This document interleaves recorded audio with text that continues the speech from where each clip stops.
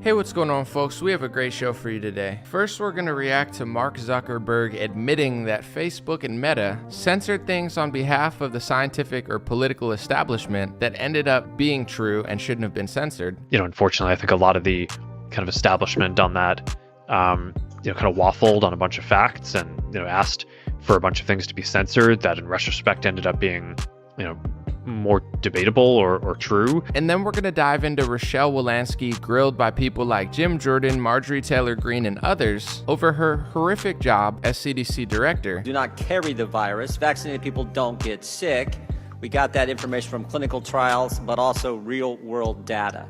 Our data from the CDC today suggests, that vaccinated people do not carry the virus, don't get sick, and that it's not just in the clinical trials, but it's also in real-world data. Seems to me there are a number of statements you make in there that aren't accurate. Do vaccinated people carry the virus?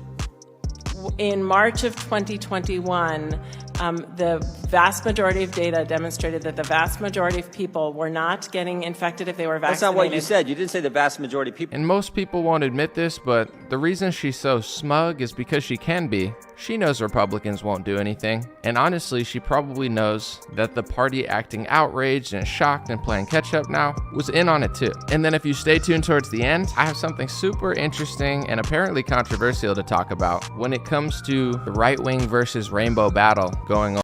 What's going on, everybody? Welcome to today's episode of Dream Rare Podcast. I have three stories. We're going to react to Zuckerberg admitting that they censored true information on his websites. We're going to talk about and share three clips of Rochelle Walensky getting grilled in Congress. And although it looks good, I feel like she's so smug because she knows that nothing's going to happen. We'll talk about it. And then the third story, I want to talk about the rainbow people versus the conservative battle. I have an interesting take on it. Real quick, before I start, I want to share two quotes that mean a lot to me that I think are interesting, and I think there's value there. I always try to provide value on the show, so I want to share those. And also for YouTube, the chat is for members only right now. If you wait until the end, about 20, 30 minutes into the live stream, when I get through all the stories, I'm going to open up the chat and read some super chats and chat to people. So that's what it is. Thanks for being here. Here's the two quotes I want to share with you before we start, because I think that they are meaningful. All right, here's the first one.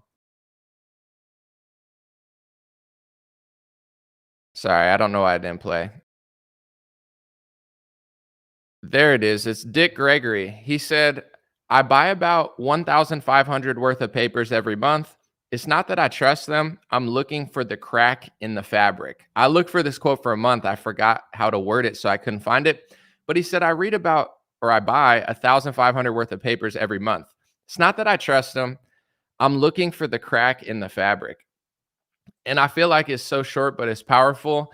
The media obviously lies. Sometimes they tell the truth. A lot of times they lie. But if you can decode it, if you could learn how to see the cracks in it, whether it be Fox News, CNN, Washington Post, anonymous sources, this person said this influencer posted this.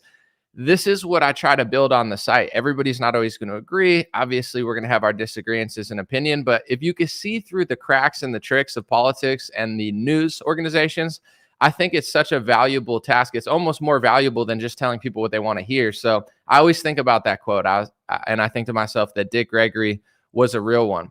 Here's another one real quick before we start. This is a Bible quote. It came up on my phone. It said, let us not become weary in doing good, for at the proper time we will reap the harvest if we do not give up. Galatians 6:9.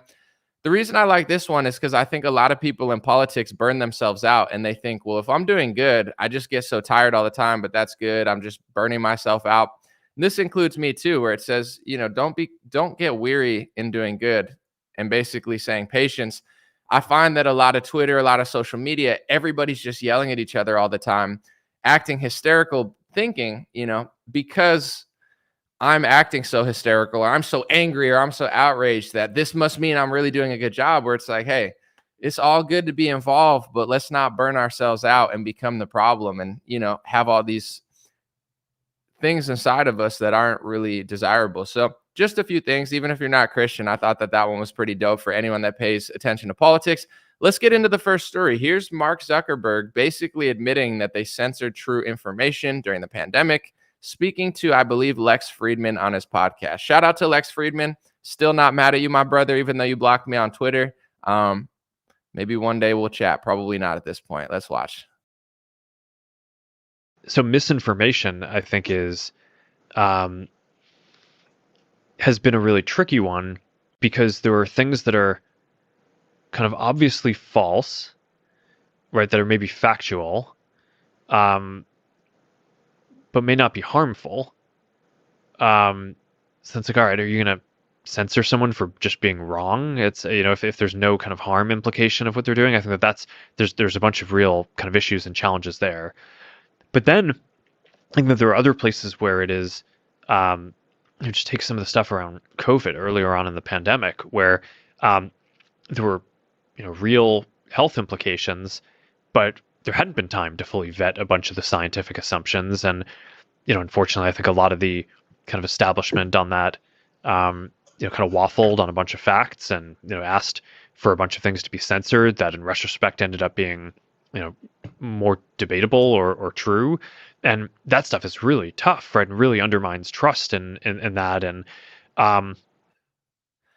So I want to say a few things. First of all, it's a little too late. I appreciate the self-awareness, the self-accountability, but when it happened, it was really evil what Facebook did. Meta, Instagram, YouTube, Google, even Twitter at the time, to some extent, maybe less extent.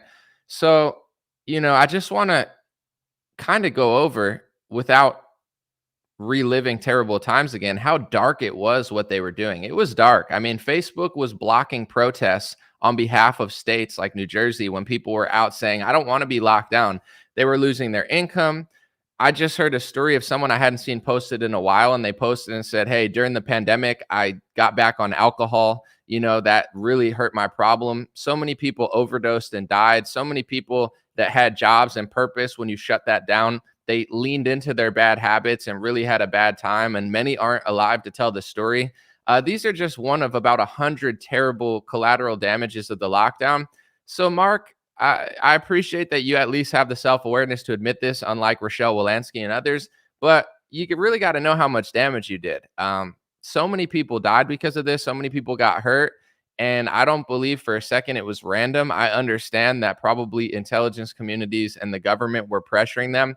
In some cases, just like the revolving door between the CDC, the FDA, our health department, and Big Pharma, HHS, it's a revolving door. They leave a pharma company, they go to HHS. They leave a pharma company, they go to FDA.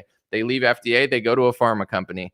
I think Elon Musk helped reveal, and everybody already had the knowledge pretty much. And even going back to the origins of Facebook, I believe LifeLog, and there was some sort of, I don't know if it was CIA or government program. And, there's a lot of stuff where a lot of people already speculated that the difference between the government and these big social media companies are almost non-existent. Either it's a revolving door at best, or at best that they're listening to the government. At worst, they are the government. So everybody kind of knew this, but now that it's been out there, I just hope that Facebook and YouTube and all these people, they know how much damage they did. And I'm far from the biggest victim of the lockdown. There's way more people that got it worse than me. And I'm lucky enough to be able to do what I do during the lockdown. But at certain times, we're all in this together. But then Facebook, that was my biggest platform. They would censor me. They would take away my money. They did way worse to other people. They blocked lockdown protests. Mothers were trying to organize. They wouldn't let them organize in the groups, etc. But for me, it's like we're all in this together. I'm locked in my house. I'm working to make an income, and you're taking it all away from me for 2-3 months. How are we in this together when I can't even leave my house and you're basically taking my job away from me? Like, did no one at Facebook think of that? And I have to say, Rumble has great customer service. Twitter's doing a great job. There's other platforms that are okay.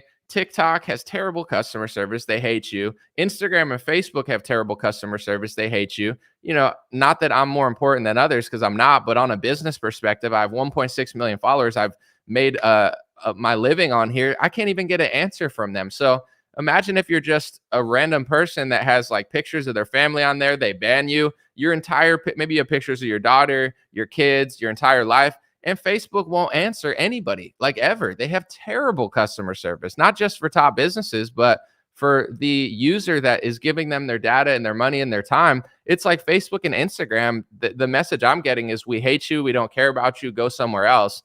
And it just sucks. I mean, all the social media are bad to an extent, but I read recently I don't want to speak too much on it because I haven't fully dove into it, but I saw the headlines that Instagram had some sort of, pedophile network going on the social media site. And I'm just saying, when you prioritize putting rainbow flags everywhere and you prioritize censoring mothers and, alternate doctors and people who speak out against lockdowns, when that's your priority and you're running around doing the bidding of the federal government that wants you to stay in your house, it's not surprising to me that they don't have the resources to actually do real customer service or make sure that people aren't grooming or hurting children on their platforms. It's not shocking to me because they use their resources horribly. Elon Musk said that he was able to fire like most of his staff, and people were like, how? He was like, they're not doing anything.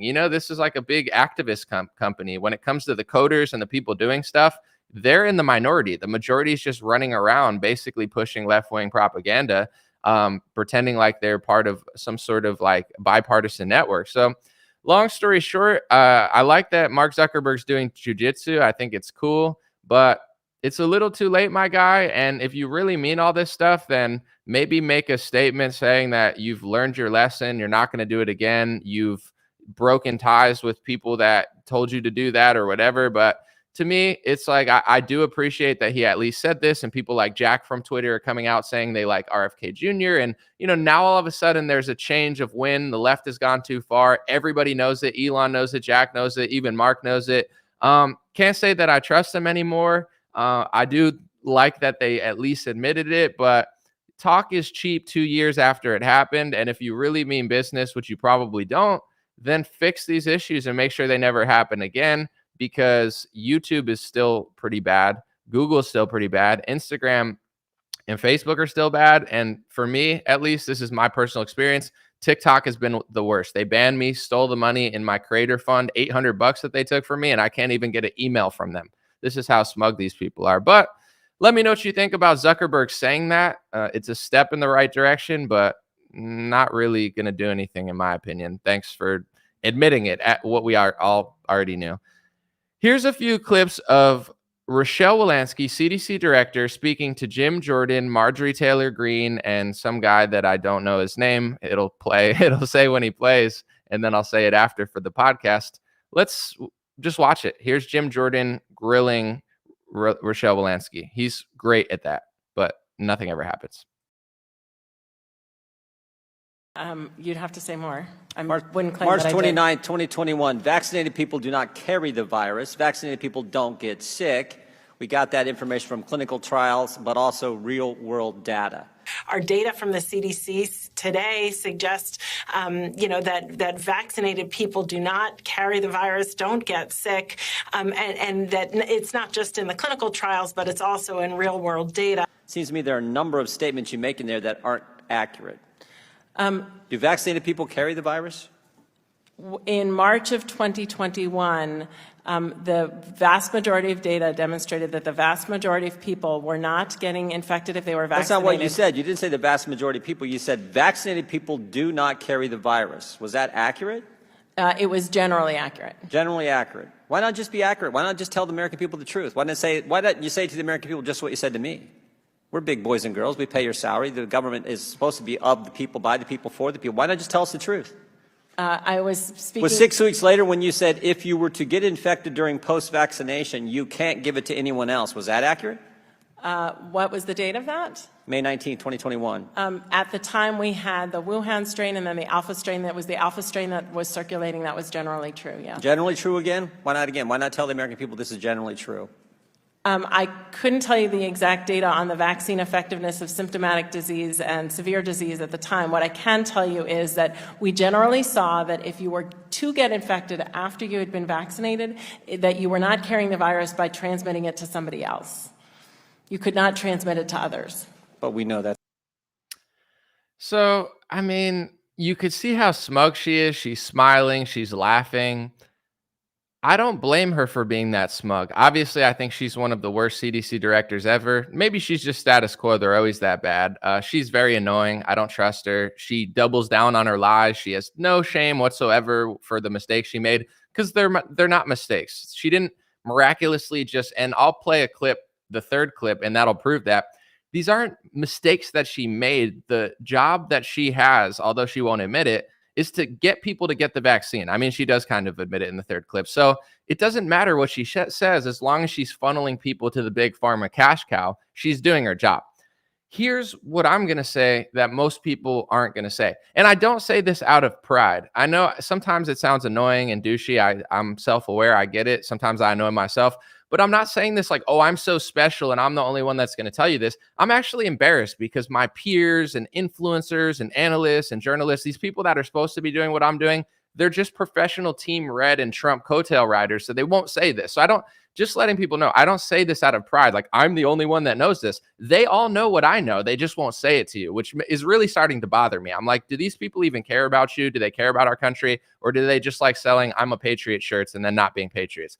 What I'm going to say is the reason she's so smug is because she knows that Jim Jordan won't do anything. The reason that she's so smug is she knows that the Trump administration was also in on it. So the Republican Party's not actually going to do anything. When push comes to shove, they buy the vaccine doses, they fund the vaccine doses, they do socialism for big pharma.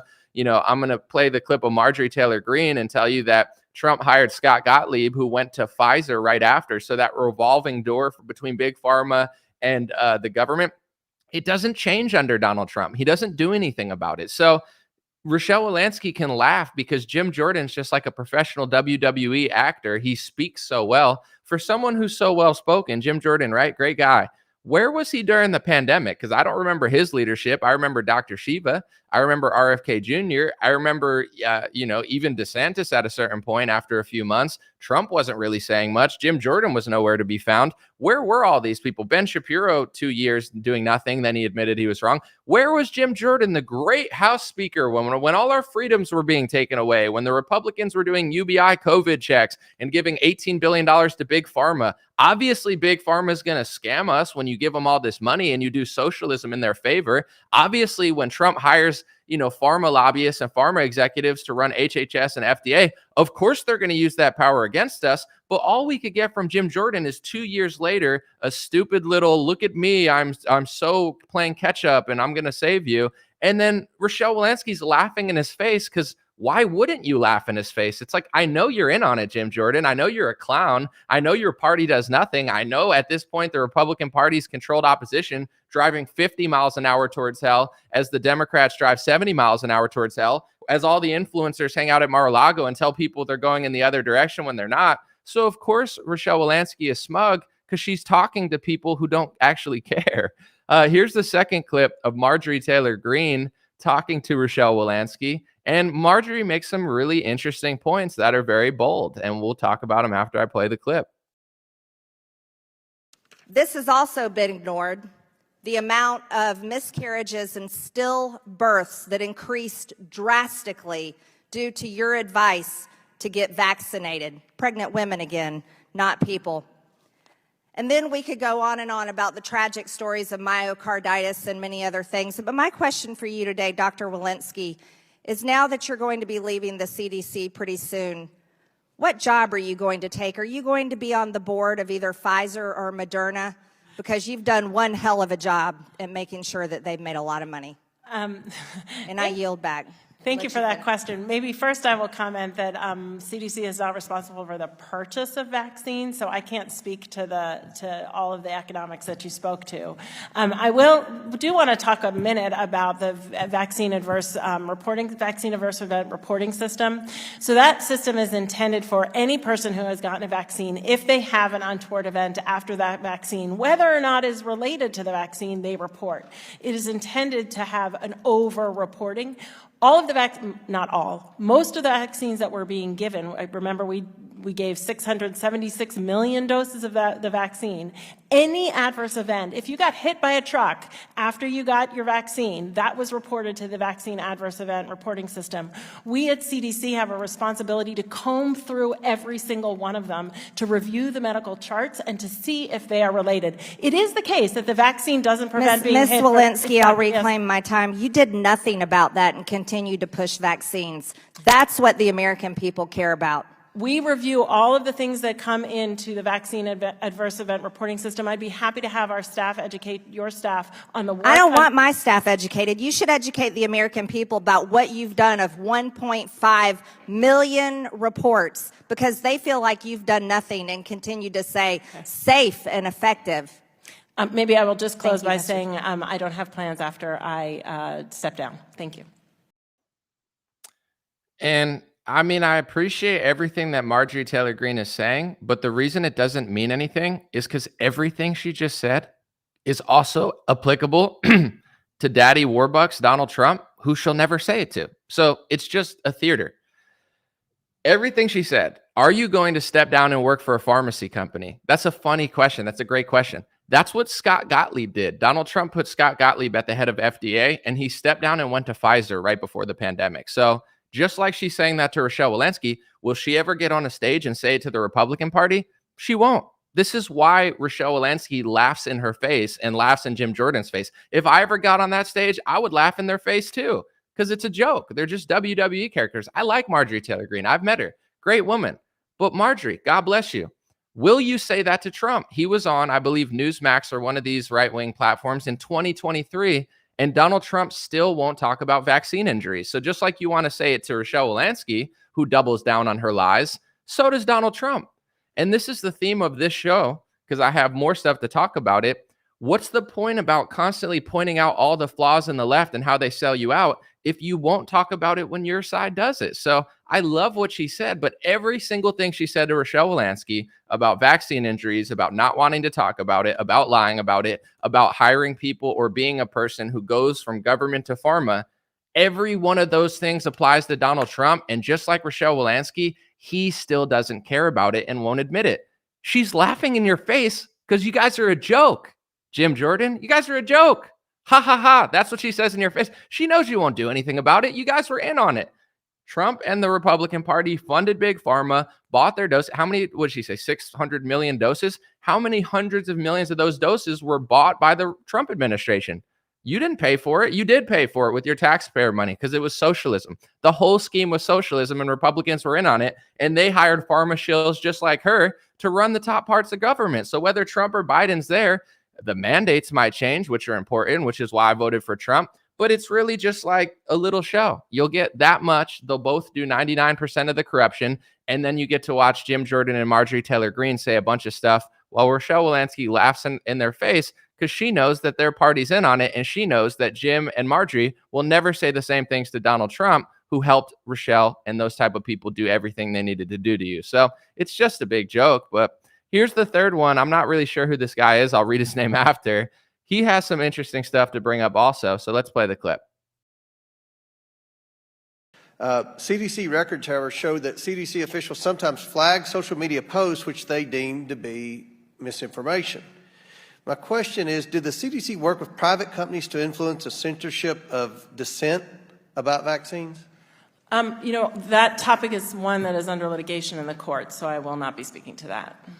Recently, Meta CEO Mark Zuckerberg said that during the COVID-19 pandemic, the establishment kind of waffled a bunch of facts and then asked for a bunch of things to be censored that, in retrospect, ended up being more debatable or true. Did the CDC work with Meta, or I like to call it Facebook still, to censor or otherwise alter any post?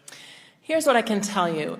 The most important thing that has gotten us out of this pandemic, I think, is our vaccine and how well they work and how safe they are. I understand that. And it was really important that the American people understand how well they worked and how safe they are. I understand it. But in terms of the communications, that is, again, something that I'm not going to speak to because it is currently under court. So you're not going to answer the question? It is currently under court litigation. I hear that so much on everything we do. It's currently under investigation. Did the president take a bribe? Dr. Jackson, it's currently under investigation. Did the CDC ever work with Facebook to craft internal policies on censoring posts regarding the COVID pandemic? Again, this is something that is under court litigation. What I will say, though, it is so very important to get correct, factual information out to people to understand the overwhelming benefit of these vaccines over the very minimal What about Twitter? risks. Can you answer that? Again, under court So you litigation. refuse to answer the question? No, what I'm saying is it is under court litigation, and I will say that the most important thing that we were working towards at CDC is to get facts out to people so they understood in plain language what was important, which is that the I'm going to vaccines reclaim my were time. working. Facebook's policy on coronavirus misinformation dated February 8th, 2021 said that it would purge, quote, false claims, including. So first of all, does anybody know who the guy in the background is who's shaking his head every time she says something? That guy's a legend. I don't know who he is, but he makes that video better. He's literally just like shaking his head. If anyone knows who that is, let me know. I'll invite him on the show just off of that video. That was great. Secondly, do you see how she doubles down when he says, was that information even right? She doesn't care. She doesn't care if it's right. As long as it gets people to the vaccine, that's all that matters. So, I don't want to harp on it too much. You guys saw the clips. I guess great job grilling them again or whatever. It's like, I can't take this party seriously anymore. And it's really bothering me that so many of my peers are just like perpetuating the false illusion. How are we ever supposed to beat the left if we are the left, if we fund the left, if we do everything the left wants to? And the best thing we can get out of it is like a Jim Jordan grilling Rochelle Walensky 3 years later. When our party does the same thing. If you're going to grill Rochelle Walensky and people like that, then you need to grill Donald Trump because he hired people just like Rochelle Walensky to run all of those agencies. So why does our party only grill their party when they do the big pharma corruption, but when we do the big pharma corruption, we just cover it up? Do you get how it's fake? Such a joke. And then, I see accounts like the storm, Michael Flynn, the storm is coming. What's the storm? I look at his Twitter. God bless Michael Flynn, by the way. I know he didn't deserve what he got, but it's like the storm is Chuck Grassley saying things. Whoa, we're so afraid of Chuck Grassley saying things. We've never heard that one before. Oh, Chuck Grassley said, oh, that's the storm. Yeah, let's retweet that and let's brainwash all the Republican. Oh, the storm's coming, guys. 3 years later, you got locked down. Trump hired Big Pharma, told you to come somewhere. Mike Pence did nothing, but this is it. Jim Jordan said something and Chuck Grassley said something. Here, guys, just keep coming to my page with false. It's such a joke. Maybe something will happen with the Biden situation. This is my view on it. Obviously, I don't know what's going on behind the scenes. He's a weak candidate. I don't think they even want Joe Biden to run. So if they actually do anything about Biden to get him out of the race, it's probably purposeful because they're not stupid. So maybe they want Gavin Newsom to run. He's doing Sean Hannity interviews, Sean Hannity giving him weak interviews, of course, promoting him. I'm convinced they're all friends. Trump doesn't want to badmouth Gavin Newsom because he's friends with him. You look at the connections to their family. During COVID, they're working together to oppress you. Now Gavin Newsom gets a softball interview on a Sean Hannity show. It's like WWE for people who want to believe it's real, but whatever.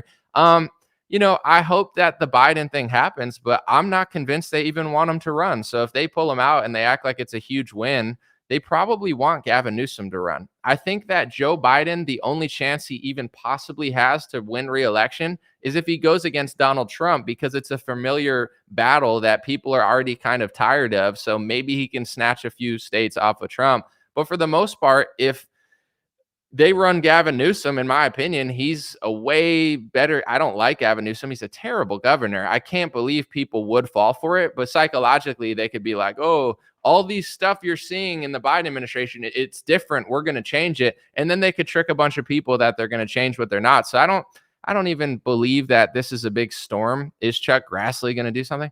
Maybe this is the bombshell that really sticks it to the Biden administration. But I've already seen too much to buy into that stuff. I follow DC Drano on Instagram and Twitter. I like the guy as a person, but I guess it's just like Trump, like everything's a bombshell, whatever. I like him as a person. I follow him. Don't agree on everything. That's fine. And he posts that if Trump wins the election, he's going to put together a special counsel against Joe Biden. Ooh, whoa. And everyone's like, yeah, most of the comments were pointing out what I pointed out. He said the same thing about Hillary Clinton in 2016. He said he was going to put together a special counsel to investigate Hillary Clinton's emails. Did that council ever come together? I don't think so. If it didn't do anything, so it doesn't matter. So, I feel like they want us to be stupid. And all I'm asking is, I don't think you're stupid. I don't think this country's stupid. Don't act stupid, or else if you act like sheep, they'll treat you like sheep. So these people want you to believe we said this in 2016. We didn't do it. But now, if you vote for us 8 years later, now we'll do it. And you shouldn't question it. You shouldn't use your voice and your vote to be like, hey, I don't hate you, but you did say this in 2016 also, and you didn't do anything. So why should I believe that this is the moment that you're going to go get Biden? Like, you have the American right to stand up for yourself and say that. It doesn't mean you're hate. It's not hate speech. It's just like the reality. It's how many more times do I have to hear Jim Jordan talk, Marjorie Taylor Greene grill Rochelle Walensky on things she'll never say publicly about Trump, which is fine. I'm just saying, it's like he also covers up vaccine injuries because he's the father of the vaccine who did socialism to rush it. So if you say that about Rochelle Walensky, I love it. If you won't say it about Trump, our whole party's fake. Our whole movement is fake. We're not going anywhere because we're hypocrites. We only point out things that we believe with the other side. But if our guy does it, we have to act like it didn't happen. The whole movement's fake, guys. And a lot of people are gaining a lot off of just being one-sided fake. I don't get it. That's my opinion. I'm going to move on to the third story, which apparently is going to be super controversial. I didn't even mean to do this because on Twitter, people think I do stuff for attention. Trust me, the last thing I want is people to be annoying me on Twitter. I can't stand that platform. I mean, it's nice for information, but I don't seek joy in like arguing with people via text. That's a nightmare to me. But anyway, I said something this morning because I woke up. Apparently, there was some sort of transgender activist at the White House who, I don't know, Joe Biden had like a rainbow. It's not even a rainbow flag anymore. It's like a rainbow flag with like triangles and like different colors. I don't even know what to call that flag anymore. There's so many colors. It's like aesthetically very ugly, but whatever. Biden had some sort of rainbow event. And I guess a transgender activist and I don't know if guy, girl, there's like a guy with a shirt off, and then what I'm saying is there were two different people. I think one was guy to girl, one was girl to guy. I'm not really even sure, but anyway, there's like big fake tits, and there's they're flashing the camera, which is something that's very unprofessional. And today, Biden administration came out and said those people are banned from events, even though he supports the LGBTQ plus UFO whatever. He understands that that's not what he didn't bring them to the White House for them to flash. Long story short, I understand why conservatives wouldn't like it. I understand why they'd say that's unprofessional. You have every right to do whatever you want. I'm not your father. I don't care, But I wake up, right? I log into Twitter, and my whole feed is basically just softcore LGBT pornography from conservatives. All they do is post LGBT porn, and they're like, porn is so bad, but here's softcore porn. And they're just posting tits. In my whole feed is just boobs from a transgender person because conservatives just want to post it the whole time. And it's not like they're making like huge intelligent analysis on it. They're not changing the world. They're basically, in my view, just promoting it and barely even blurring it out. So what I said was something along the lines of, if you don't want softcore LGBT porn in your face 1,000 times a day, it's time to start muting conservative and Republican pages because they promote this stuff more than the NBA does. I don't like when the NBA throws it in my face 50 times a day, but the only people that I see posting it in my face on my feed more than left-wing corporations who push it are conservative influencers. And I basically said, at least, if you're going to post it, can you censor it a little more, or do you just want your audience to look at porn all day because you want to stop it? I don't understand the method of it. And I think there's some, psychology behind what I'm saying, whether people want to agree with it or not. First things first, before I get into that, I'm a user. I'm 33 years old. I don't have to like it. You don't have to agree with me. There's nothing wrong with that. But I'm starting to mute and unfollow people because they're like, you need to look at this. I really don't. You're not blowing my mind. This isn't news. This isn't like so shocking to me. I've seen it 1,000 times. I know what the left's doing. I disagree with what they're doing on most levels, almost every level. And I'm working to counter it just like everyone else. But I don't need to look at it all day in order to counter it. You become the problem that you claim you're fighting. It's like you guys promote this stuff in the faces of your audience more than the left wing.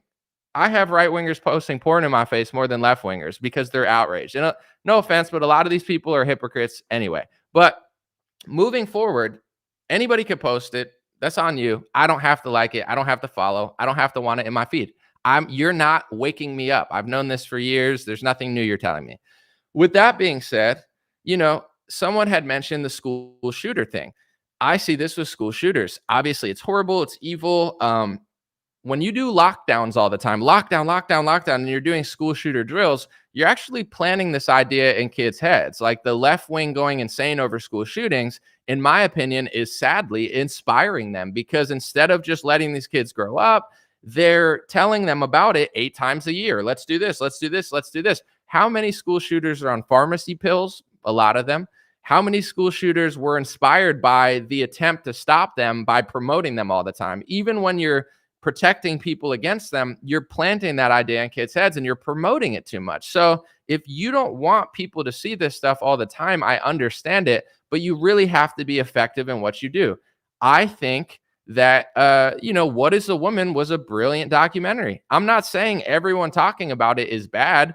I don't have to agree with everything Matt Walsh says, but I think that documentary was really good. I'm not saying don't talk about it, don't show people it.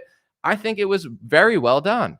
But I don't need fake tits in my face 1,000 times a day in order to know what the left is doing. You're just promoting softcore LGBT porn to your audience. That's what you're doing. You're doing it more than the NBA. You're doing it more than the NFL. You're doing it more than the television. You're doing it hardcore. Most of the audience for this stuff is from right-wingers promoting it and reacting to it. They've created an entire economy around it where they can't stop putting it in your face all the time. They need it in your face. Their whole feed is that. They can't, So this is the question. You don't have to agree with me. You might like looking at that stuff all day. You might find that you need to look at it 50 times a day in order to fight the schools. That might be what you think you need to do. You need to stare at it. You need to look at it. You need to post it. Your whole feed needs to be that in order to counter it. I don't believe it. I think that there's a way to counter it and expose it without making it everybody's entire identity and putting it in your audience's face 1,000 times a day. That's my belief. I think that it's getting more and more unpopular, not necessarily just even because of people promoting it all the time. I think Matt Walsh's documentary woke a lot of people up because it was tactfully done. He wasn't just putting boobs in your face 100 times. He's like tactfully going in and showing you what they're doing. Like that actually makes a difference, not you posting it 1,000 times. But also, I think that the left overplaying their hand is what's making people turn away from it. The fact that it is being over promoted so much, people are naturally already just annoyed with it because they're pushing it in sports, and most people see it anyway. They get it. They don't need that, but that's fine. Someone said the left is the same. Here's the thing though. It's like, this is like a kindergarten argument. Like if a 7-year-old said to me, I said, why'd you throw sand in her face? And they're like, well, Johnny threw sand in Susie's face too. I would say to the 7-year-olds, so just because they do a wrong doesn't mean you do a wrong. 2 wrongs don't make a right. I understand if you need to defend yourself on the playground, little Johnny, but 2 wrongs don't make a right. Just because that person's doing something doesn't mean you do it just to be that too, if you don't like it. So if I would say that to a 7-year-old, why? I'm not that old, guys. I'm 33. Most people in this field are 30, 40, 50, 60. Why do people act like kindergartners? Like, well, the left does it too. So it's like, yeah, the left does a lot of things. What are you going to do? Everything the left does just because they do it? It's very childish. It's just my thought. I think it's worth countering. I think it's worth addressing. I think it's worth standing up to. I think it's worth pointing out. But I think this is my view, and this goes to me too. I don't think I'm above this. I think I even need to reflect, what am I doing? Is my content as good as it was a year ago? Could I make better videos? I had these same reflections for myself, just to let you know. I'm not just like looking down at everything. I treat myself the same way I treat others, which is like a shocking revelation to a lot of people who don't do that. But it's one of these things of like, how many people that are promoting this stuff in your face all the time, how many of them have self-awareness and self-accountability to think of, am I tactfully doing this to really help, or am I just promoting it and becoming obsessed with it without even really making a difference? And then they look at themselves and think, am I just addicted to this economy because it gets a lot of reactions, outrage, and clicks, and I kind of need to keep doing this in order to perpetuate it? But in some ways, I kind of am also promoting it and pushing it in people's faces, which I don't want. So I'm kind of starting to become a part of the problem. Is this a conversation people have in their heads to try to figure out if they're truly helping or not?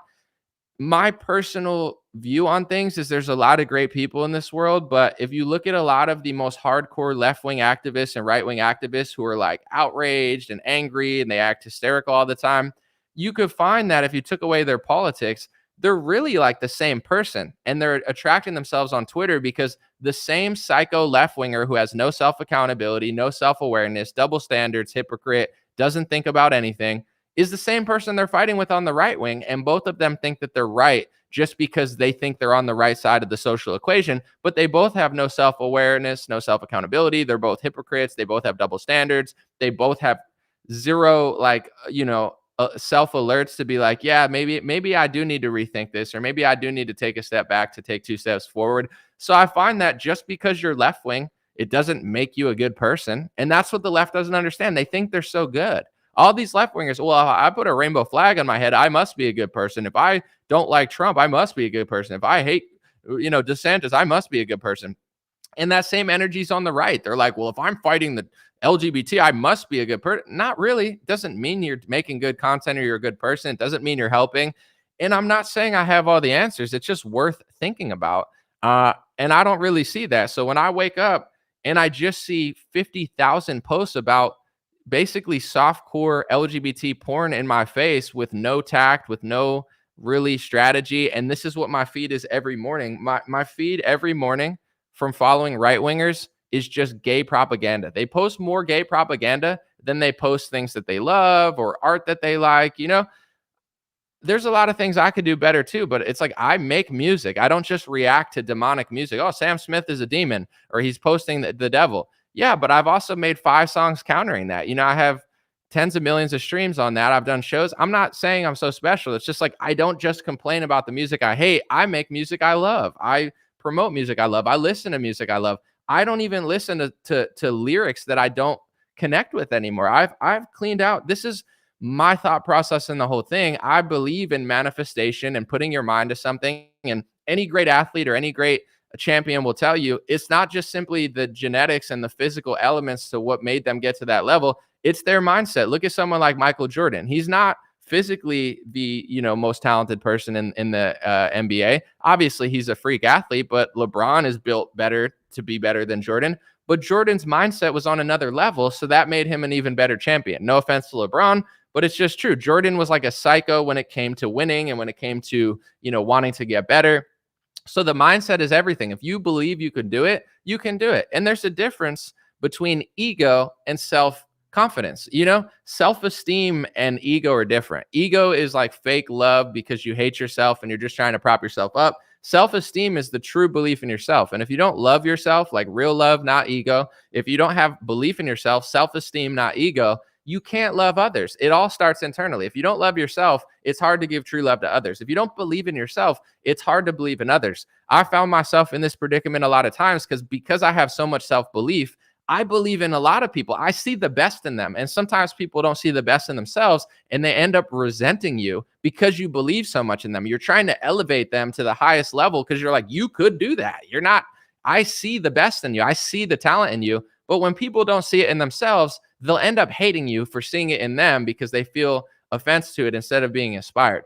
But long story short, I believe in manifestation. I believe in what I think, what I watch, what I listen to. I don't listen to demonic music anymore because I think that it has an impact on your life and your mindset, and you become what you look at all the time. So I don't want to be looking at softcore LGBT porn 1,000 times on right-wing pages right when I wake up. And I don't want to be looking at the craziest, most evil stuff in society 10 million times a day. I don't want to do that. For the same reason, I never watch the news. This is why I do the news. This is my style. You don't have to agree with it. You don't have to stop doing it, but I don't have to like it. I never watch CNN. I never used to watch Fox News. I never used to watch MSNBC, not when I was 17, not when I was 27, not when I was 24. Why didn't I watch the news? Because I don't like the energy. It's all fear. It's all the worst stuff. It's all bad vibes. And then the commercials are pharmacy pills. I don't like that. I don't want to intake it. So to me, the right-wing influencer sphere, not everybody, but a lot of people, they've become professional promoters of the rainbow agenda. You go to their feed, they have more gay propaganda in it than most gay people do themselves. Most gay people that aren't political don't even post about it. They're just dancing or doing something else. It's like, You want gay propaganda, you follow a right-wing page. You don't want gay propaganda in your face, you unfollow most conservatives. That's just the truth, because they post 90% things that they don't want you to see and they don't want in society. But in return, just like when they do 7 lockdown drills a year to stop the school shooter, they're inspiring school shooters. They're promoting that stuff in your face tactlessly, not tactfully, tactlessly. So I'm not telling people to not stand up for their children. Do it. Be a good parent, be a good American. If you're doing journalism and exposing something with your camera, filming a public event and you want to put it up, that's real reporting. I'm not telling you not to do it and turn a blind eye. That's not what I'm saying at all. And people misconstrue. Oh, what do you not want me to do this? No, I'm not saying not to do your job, but I am saying if your feed and your content is 80% what you hate, in my view, you're pushing it in my face. And I don't want it in my face the same way I don't want to watch Fox News every day and look at the worst things going on in the world and the murders. And I'm aware of it. I see the crime rate. I see this. I just don't want to look at it all the time, because I could look out. Let's just give an example of how you could change your life. I have an apartment here. I have a television that doesn't have cable, but I have other ways of watching stuff, YouTube, etc. I have a cell phone. I have a car. I could drive somewhere. Imagine if I just stood against the wall and just stared at my wall for 5 hours. And it's like, well, why are you doing this? It's like, well, it exists. Yeah, but go do something else. Oh, you don't want me to stare at the wall? Are you acting like this doesn't exist? You want to ignore it? No, I don't want to ignore it. It's just there's so many things I could do in this world. I understand that there's sharks in the ocean and whales and things that are bigger than me, but I still go on cruises and I still body surf sometimes. I understand that there's some sort of danger element to it, just like every time you do anything, you ride a bike, etc. But the beauty of life is when you tap into things that you love. So when people say to me, oh, you don't want me to talk about it, that's not what I'm saying. I just don't want to live in that reality, because there's always going to be something bad. In the 1900s, you could make a radio network or a newspaper that says all the robberies going on and have no beauty in it, have no parties, and just sit there and look at that. I don't want to do it. I could do anything I want right now, including just staring at my wall for 5 hours, hating my life, but I don't do that. Yes, it's an option, but it's not an option I enjoy. So I'm not one to turn a blind eye to things I don't like. I talk about it. I analyze it. I just think that right-wingers are the biggest promoters of gay propaganda, and they've become one of the biggest promoters outside of maybe OnlyFans and Twitter of softcore gay porn. They post it almost every day, all the time. And if you don't want to look at gay propaganda and you don't want to look at softcore gay porn, if that's not what you want for your life, you understand what's going on, you see the Biden administration, but you just don't want to stare at it 20 times a day, you have to start muting and unfollowing conservative pages, because they're the biggest promoter of the stuff that they don't want people to see. And I think that people would be wise to not stop what they're doing, not allow things to get worse, but to really self-reflect and ask themselves, am I becoming what I hate? Am I promoting this in people's faces too much? Am I not, am I even helping, or am I just becoming part of the problem? Jennifer said, bruh, stop repeating yourself. Damn. Jennifer, I'm not trying to be rude, but do you have issues in your life? Like a lady the other day just yelled at me out of nowhere, and I looked at her, and it's like I could already tell that she's got some demons inside. She's having a bad day. She's miserable. She I'm not her problem. With you're yelling at me in all caps. You're on my show. I'm talking. I'm having a conversation about a topic. Are you okay, Jennifer? Is something wrong in your life? I think there's a message here. A lot of political activists, it's like they just yell all the time and they're outraged all the time and they're angry all the time, but they really need to do some self-reflecting, and they really need to heal themselves, because no amount of posting gay propaganda or no amount of fighting the left is ever going to heal you. And maybe it's a cop-out because you don't actually want to fix yourself. So you're fighting the other side instead of fighting yourself all the time, the same way the left fights the right all the time instead of healing themselves. So it's something to think about. When I look on Twitter and people like yourself that are screaming at me because they're mad that I'm telling them the truth, 99% of conservative influencers won't say this. God forbid one person says it and shatters their echo chamber. They freak out. You're saying it too much. Yeah, because you've heard the other side of the argument 10,000 times. So God forbid you got to spend 10 minutes hearing my side of it. It freaks you out because now you're uncomfortable because maybe, your idea isn't the right one. Maybe it is, but why are you so upset? When I log in and people are outraged all the time on this topic to be different about the same topic, Is this really the craziest thing you've ever seen from the White House? Do you have to agree with it? No. But people are like, can you believe this is happening at the White House? Guys, under the Trump administration, they said 15 days to slow the spread. They put a bunch of pharmacy shills on the television. Trump let them dog walk him all over like a poodle. And then he printed $6 trillion, gave a bunch of money to big pharma, and then became a vaccine socialist. And he's never been the same. Oh, but you guys don't want to talk about that. You're outraged. You think this is even a top 20 bad thing that Joe Biden's done? Joe Biden's done a lot of corrupt stuff with foreign countries. Joe Biden's done a lot of corrupt stuff in his life. He's plagiarized speeches. Oh, but this is really the final line for you. Look what they're doing at the schools. Look what they're doing in the country. Look what they're doing with every corporation. Are you really shocked at this? This blows your mind. Like, I got to wake up like Tim Pool every day and be like, oh my gosh, I can't believe this. Be mad, Civil War. And then people are like, screw you. And it's like, dude, calm down. Yeah, this is happening. Counter it. Fix it. Lead a life that isn't like that. Lead a life of beauty and righteousness, but you're going to be angry all the time. There's a Buddha quote, and it's also biblical, by the way. Like, being angry all the time is not a virtuous thing, but there's a great Buddha quote that says, it's like if anger is like drinking poison and expecting your enemy to die. That's what anger is. You don't see UFC fighters angry. They don't get angry when they fight because it's not tactical. You make mistakes when you're angry. You become emotional. You start suffering because you see something and you can't handle it. Anger is not a desirable trait. So when people freak out all the time, it's because all these conservative influencers rile them up like bees in a freaking, just shake them up like bees and then just let them loose. And people are like freaking out all the time. I'm not saying you have to agree with it. I'm not saying you have to like it, but people are acting like this is the worst thing the White House has ever done. The Joe Biden administration essentially tried to make me and millions of people slaves for the rest of our lives. And I don't use that word loosely. I understand that there's some evil slavery of the past. I understand that there's still current evil slavery in countries like Libya, where the Obama and Hillary administration pretty much just regime changed Libya into slavery. And I don't agree with it. But, there's worse kinds than other. But if it was up to the Joe Biden administration, I wouldn't be able to travel. I wouldn't be able to leave the country. I wouldn't be able to go to sports games. I wouldn't be able to hold certain jobs. I wouldn't be able to go to music events, and I wouldn't be able to do half of my profession right now. So I already lived through Joe Biden trying to make me a peasant for the rest of my life and trying to take away everything from me. So what's worse, that or a transgender person flashing their tits at an event? I'm not saying you have to like that. I'm not saying you have to think it's amazing. Yeah, it's not classy. That's why they're banned forever. And it's a very low thing to do as far as like class. I went to the White House. I wore a suit. Why? Because I'm trying to be a classy guy. I'm not going to flash my tits at the White House. But is that really the most shocking thing that's ever happened? You didn't see that coming. You're blown away by that. He tried to take away the liberty of tens of millions of people in this country. And the funny part is when he's doing that, when Joe Biden's doing that, Trump's on TV saying the vaccine's so great and there would have been no mandates if he were president because everybody would have got the vaccine. And Trump's covering up vaccine injuries too. And Trump doesn't want to. So it's like, yeah, this is the most shock. You're so shocked. You're so angry. You're so upset.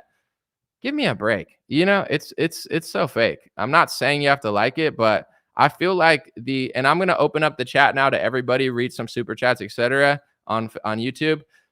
But I feel like right-wing culture is outrage culture. You outrage, you react, you don't really do that much. You don't call out your own side. And that's the overarching theme of the thing. If you believe this when the left does it, why don't you believe it when the right does it? Why don't you have the same energy calling out your side when they do it? If you can't do that, then none of this outrage even matters. You're getting people angry. You're getting people upset. You're shaking them up like bees in a glass jar.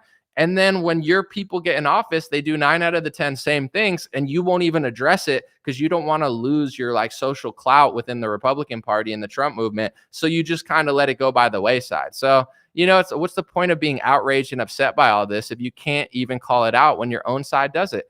I have a video of Rick Grinnell basically saying that the Trump administration is even gayer than the Biden administration, and Biden hates gay people and Trump like loves them more and promotes it more. It's like, well, if you're so upset at that, will you say something about that? Probably not, right? Maybe some will, most won't. It's like, whatever. I just don't know what people believe. Like at this point, I just assume they like to promote what they hate.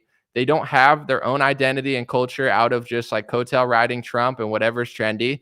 And when push comes to shove, they're 9 out of 10 times they're not willing to stand on their soapbox when their party does it, because they realize that in this economy of outrage, it pays to just go at the other side. But when your side does the same thing, it's a lot more risky. It's a lot. There's a lot of money to lose and a lot of events to not get invited to if you ever notice that the right is doing a lot of the same things as the left. It's just my thoughts. Someone said people don't have their priorities straight. That's definitely part of it. Yeah, I think, and I like to be very self-aware when I say this, because I'm not acting like I'm a perfect person. I'm not.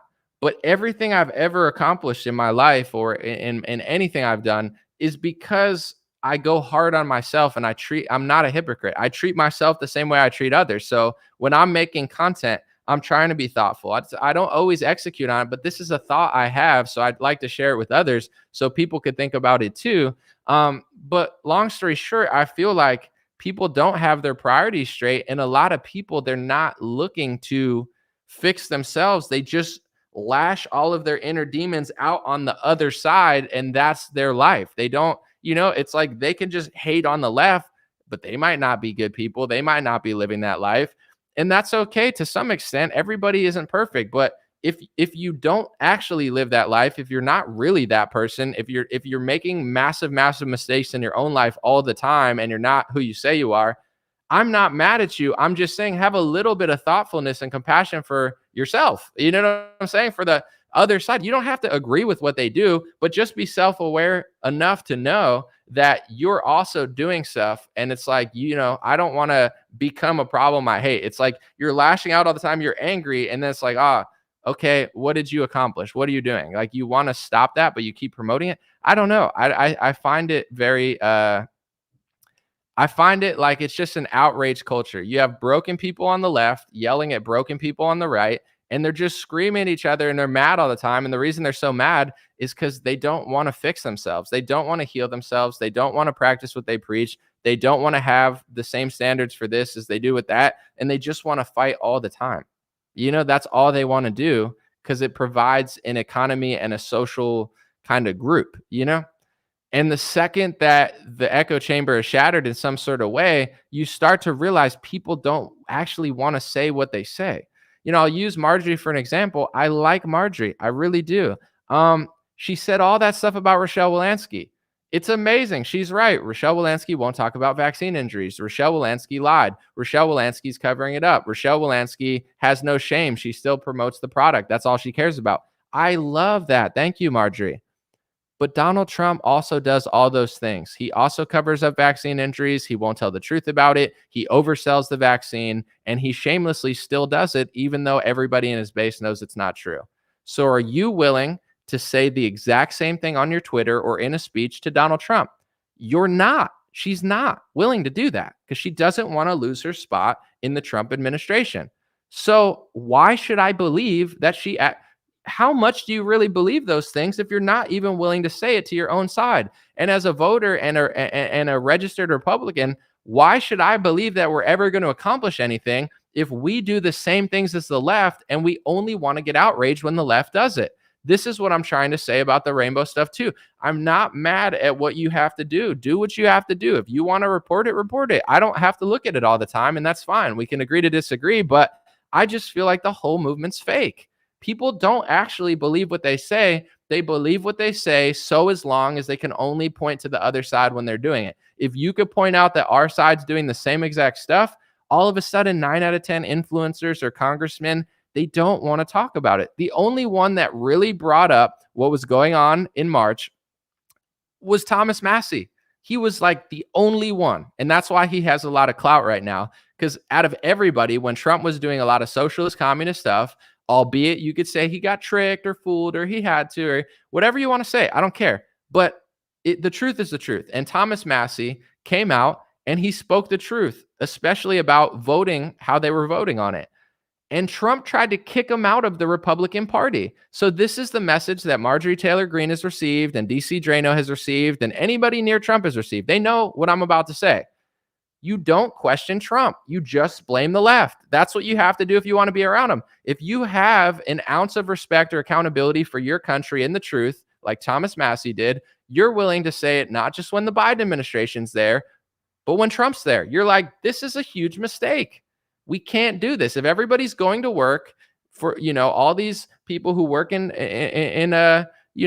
oil or whatever and cargo and, delivery packages, if everybody has to work and we're going to sign a multi-trillion-dollar bill, Thomas Massie said, we have to go to work too. Why are we not essential? We can't vote on the most expensive bill ever and not show up to work and not record who actually voted or not. We're breaking the Constitution. That's what Thomas Massie said. We're breaking the Constitution with the CARES Act. And you know what Trump said?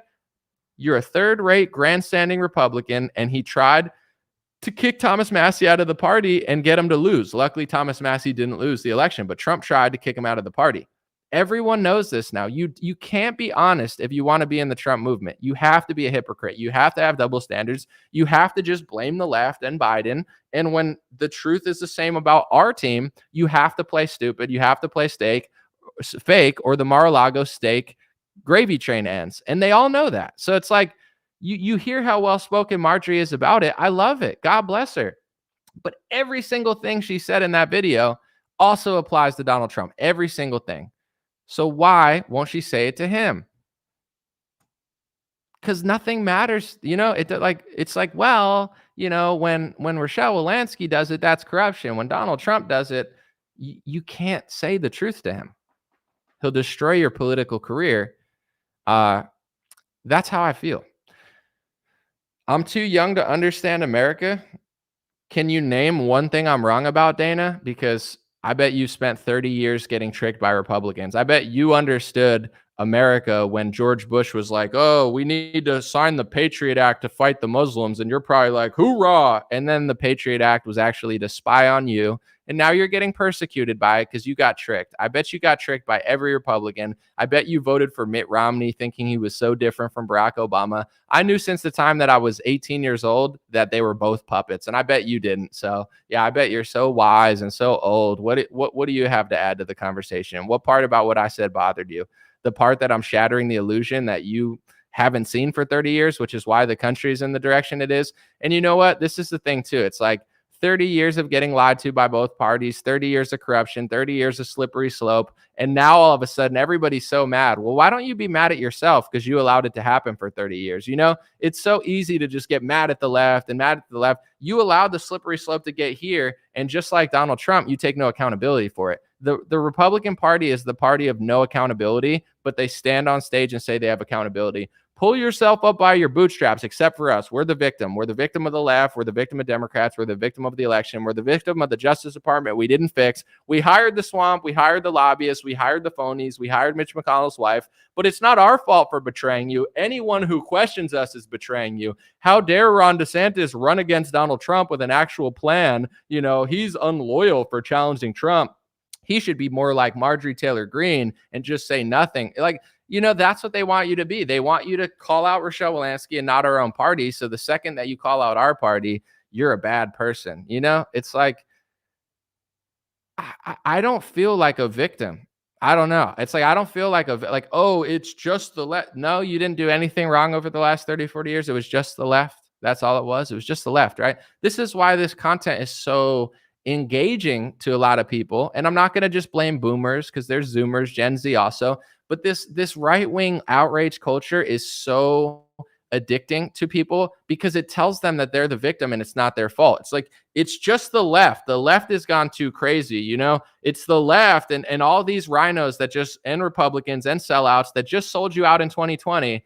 They're going to come back and rescue you. So people love this type of content because it tells them, I didn't do anything wrong. It's not me. We didn't do anything. It's all the left. And it's like, they're all working with the left. They're funding the left. They're giving the left everything they want. They're telling you that, but the content keeps flowing because it's way better to just be like, no, we never did anything wrong. It's like, the slippery slope isn't possible without Republicans. They're driving 50 miles an hour in the same direction as the Democrats. The Democrats are going 80 miles an hour. This is the huge misconception. The Republicans are driving 50 miles an hour that way. Democrats are driving 80, but all of these influencers are telling you that they're going the right way. They're not. So I don't know. Someone said it's sports meathead mentality, team versus team. For sure. I'll say something, people will be like, oh, you're sanctimonious. Why don't you go back to the left? It's like, these are not even your own thoughts. Trump made up a nickname, and now he like programmed you to just say that on loop. Like, you didn't think of that. It's not something that you thought of. You're just like, if you're not me, you're left. You must be left. Dude, these influencers are like jacking people's heads up on just team red propaganda and one-sided. They all have hypocrites and double standards. You know, the most obvious one, I'm going to have a debate tomorrow with someone called Red Eagle Patriot. He's like a Trump guy. It's going to be a great debate. I really am excited that he wants to have me on his show, and I'll put it on my Facebook or YouTube. But it's one of these things that now the Republican Party has become, not everyone, but they become the party of hypocrites and double standards. Like, the easiest example for this, when people say in my comment section, I can't vote for DeSantis because, you know, the Bushes and Jeb Bush like him. And it's like, that's a valid criticism. I'm not saying that you should like the fact that there's, you know, it's politics. There's ugly people there. That's fine. I'm not mad that people are saying that. But if I could prove that there's 5 times as many rhinos and snakes on Trump's side, like Lindsey Graham, who says that there's no Trumpism without Trump. Lindsey Graham is probably one of the worst, if not the worst, Republicans left in the party when it comes to snakes. And he's backing Trump.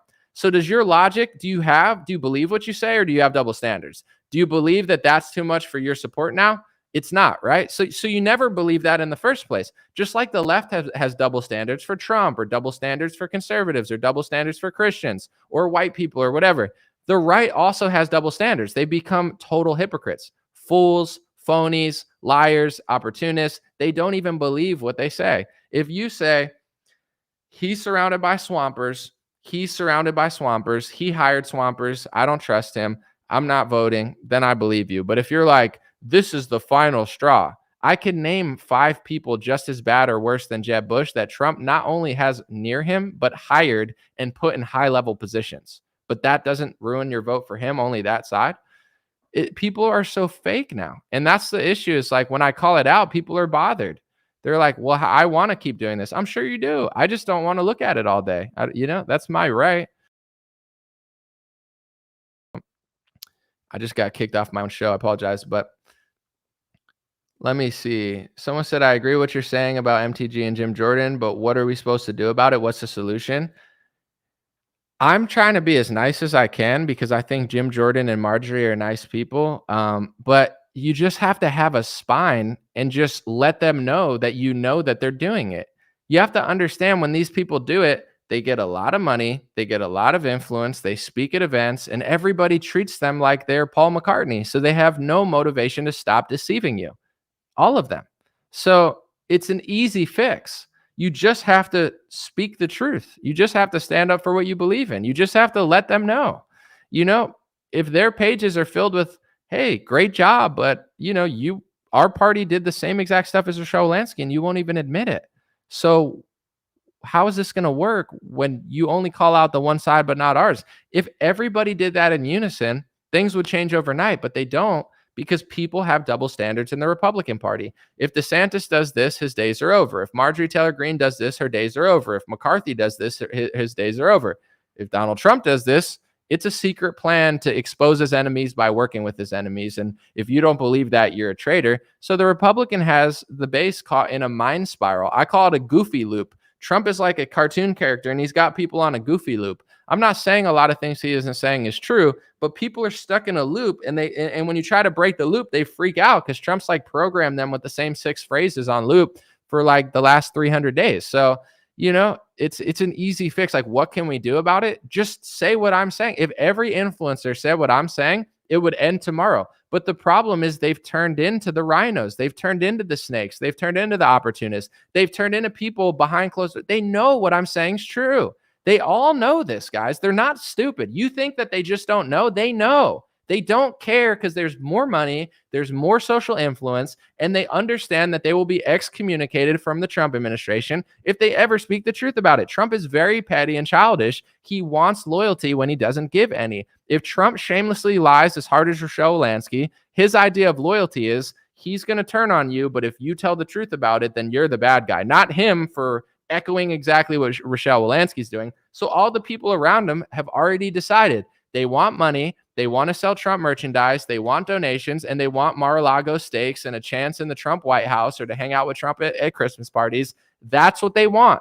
Not the country, not the Constitution, not the truth, not to stand up to Big Pharma. They want what's good for them. The same way someone makes $1 million to work for a pharma company, they don't believe in it. They just take the money because they want the money.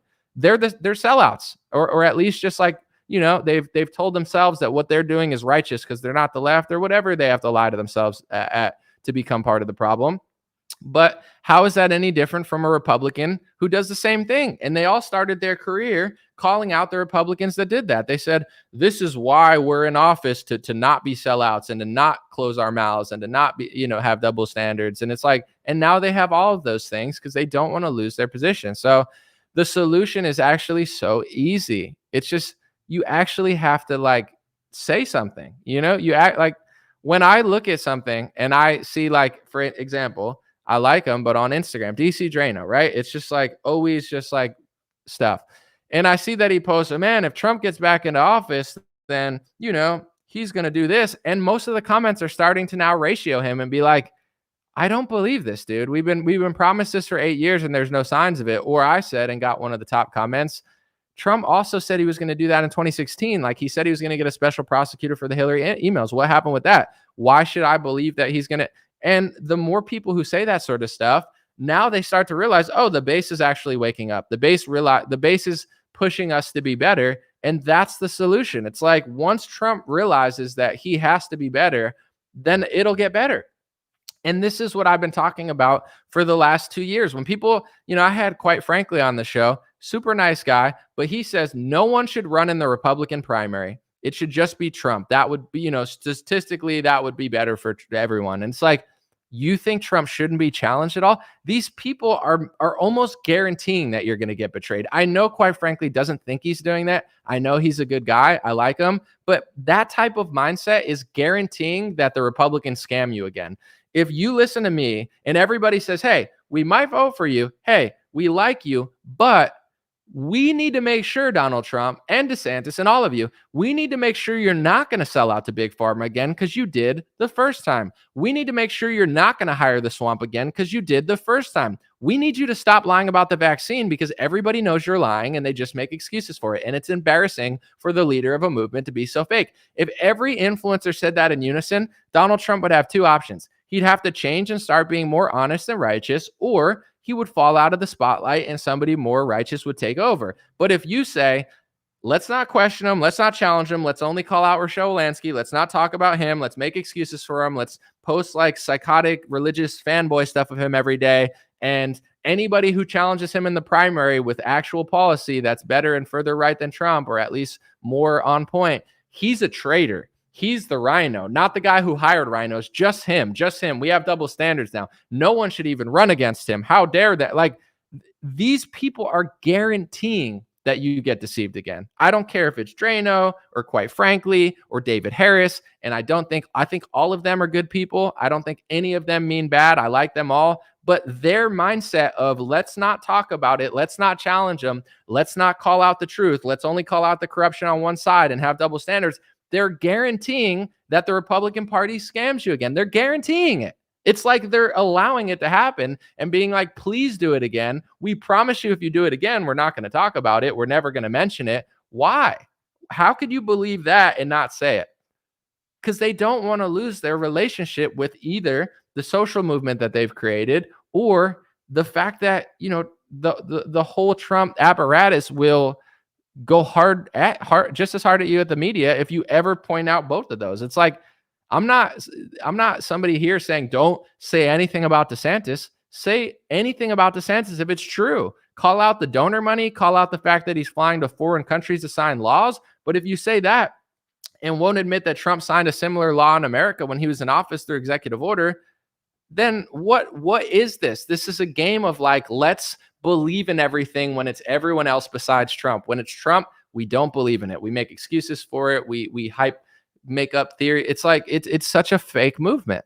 The solution is that easy. It's just Be honest about it. The example that I've given a few times, because it was so like mind blowing to me, is when I went to TPUSA. There's a lot of great people there. There's a lot of great vendors and companies. I had a blast. I think that conservatives are some of the nicest people in the world. It's not a bad place. The Turning Point event was great.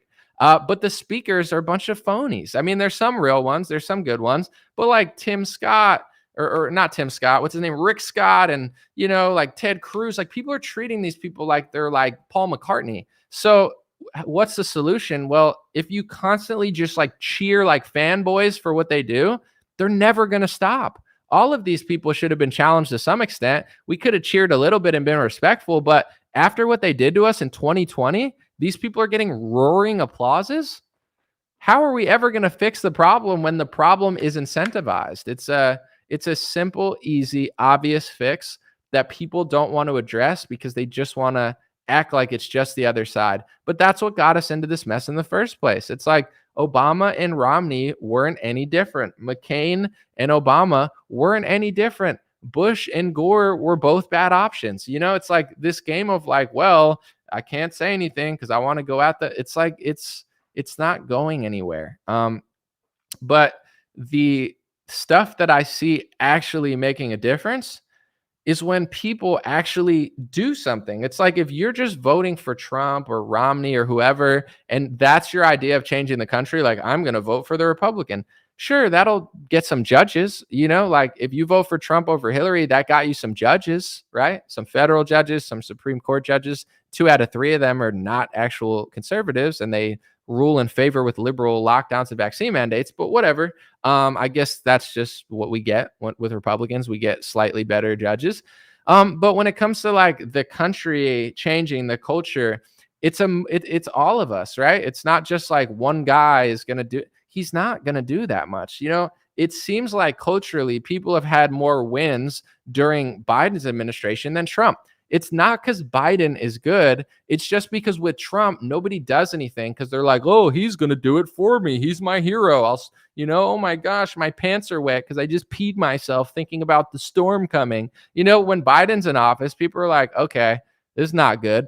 And then you have parents start going to school board meetings. People start getting more involved. After COVID, you have a lot more leaders that are actually out there doing stuff. And that's where the change comes from. It's when people in this country have had enough and they start putting their money where their mouth is. They start supporting people that they like. They start using more social platforms or following more people that are more righteous. And now CNN is in the tubes. Even Facebook and YouTube have been threatened by Rumble and Gab and, Twitter. Now that Elon's bought it and kind of fixed it a little bit. So that's where the real power has come from. The Republican Party did nothing for us, nothing when it came to censorship, nothing.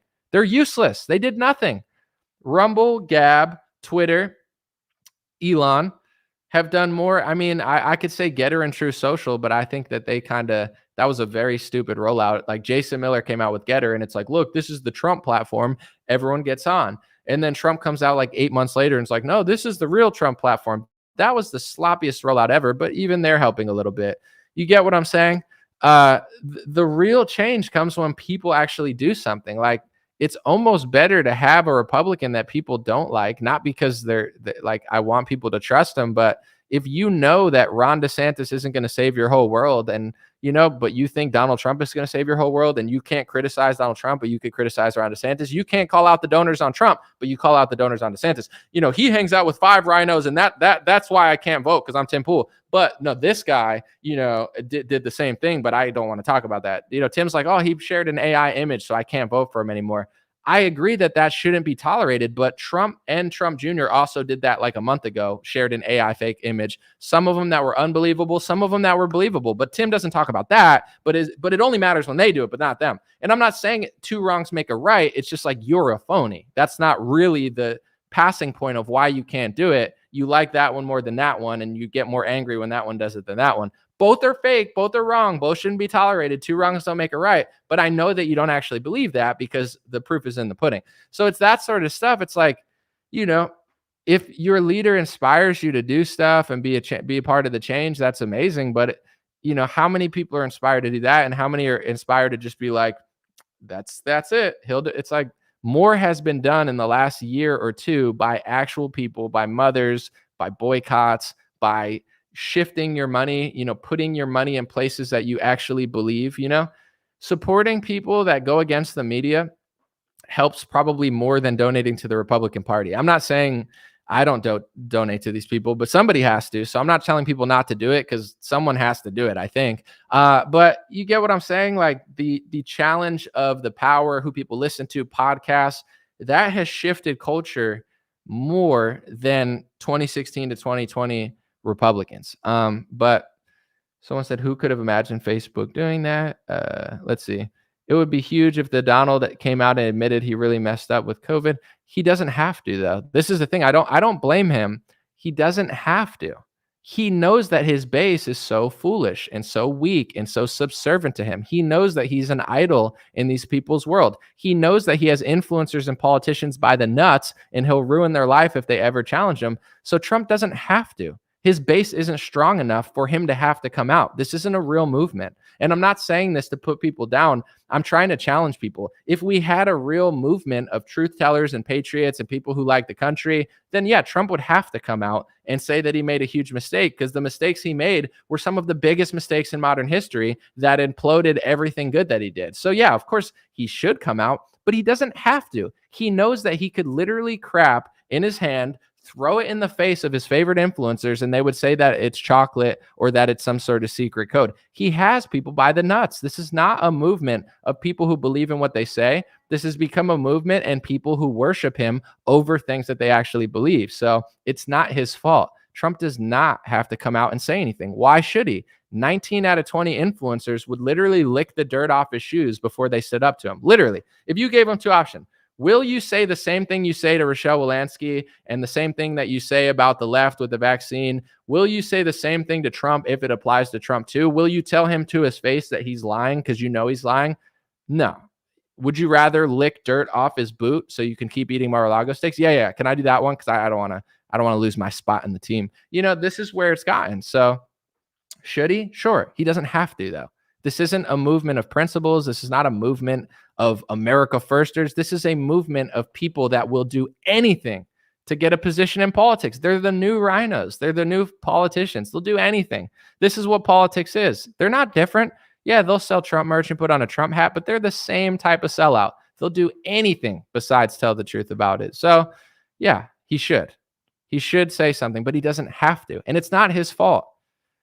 If they tell you to wear a mask and 99% of the room wears a mask, and if everyone took it off, it would end, but they don't end. Yes, that's mean that they're doing it, but they're treating you like sheep and people are acting like sheep. It's easy to sit and say the left are sheep all the time. The left are sheep, but so is the right. So is the right. They're Trump sheep. They're sheep with MAGA hats on. It's like, Trump really should come out and, say he made a mistake. Well, yeah, but why would he when his base is completely subservient to the lie? They will make excuses for it. There's influencers who have made millions of dollars pathologically lying and brainwashing Republicans into thinking that vaccine socialism and communism is a secret plan to save the world. Like, there's people that, I hope they really love God, because what they've done is truly wicked. They've made a fortune brainwashing conservatives into thinking that lockdowns are secret plans to arrest the Vatican, and, Trump rushed vaccines and hired a bunch of pharmacy lobbyists to save the world. This is like a mainstream theory now in conservative politics. And these are the people that are fighting the left, even though they're horrible people themselves. They're liars, they're phonies, they're hypocrites, they have double standards, they have no objective truth that they're speaking about Trump. But somehow they're going to help you by pathologically lying to everybody. And, yeah, in a perfect world, our party would come forward and be like, yeah, we made a few mistakes here, but it's not going to happen because they're not mistakes. You think they made a mistake. They just sold out and they don't care about you. In everyone's heads, it's like, oh, the Republican Party just made a bunch of mistakes. Trump made mistakes. They're mistakes that he still won't admit, and he's not admitting them because they're not even really mistakes. He just did it, and he doesn't have to care because you don't even care. So why would he care? Why would he say that he did? He knows what he's doing. He knows who he hired. He knows what Bill Gates told him in the meeting in 2018. He knew what Alex Azar would do at the HHS. He knew who Scott Gottlieb was. Trump knows that he laced his cabinet with swampers and pharmacy people. He doesn't have to care. He doesn't have to apologize. Why would he? His base thinks he's a persecuted victim. They'll share videos 50 times a day. Oh my gosh, look at the people in Miami. Oh my God, we're eating pizza together and praying for them. And oh my gosh, it's like a WWE show where people, instead of putting on like the Christian channel with the pastor, you put on the Trump channel. And people are like, oh my gosh, I got to give my money. I have to. It's like the Republican Party doesn't care. Let me see. Someone said the ventilators. Yeah, the Republican Party's not sorry about ventilators and what it did to people. They don't care. You know, if I ever sent a bunch of ventilators out to a bunch of states and it killed people, I'd probably feel horrible about it. I'd have to be like, yo, I made a mistake. I shouldn't have done that. I shouldn't have given a bunch of money to them. Like we did our best. We tried, but that wasn't the right solution. Like I'd have to, for my own personal, like, you know, relationship as like with like just, yo, I'm so sorry. I'm not a bad person, but I made a mistake. Trump doesn't care. He's the king of the ventilators. He's the king of the vaccine. He's, you know, he doesn't care. He doesn't have to care. Why would he care? His base doesn't even care. It's like, it's very unfortunate. But the thing is, moving forward, it's like, what, you know, there's this video I wanted to play. Maybe I'll play it another time. Actually, I'll find it right now because it's very relevant. And it's got me thinking, I don't want to just talk about this stuff if people don't want to hear it. I understand that it's true.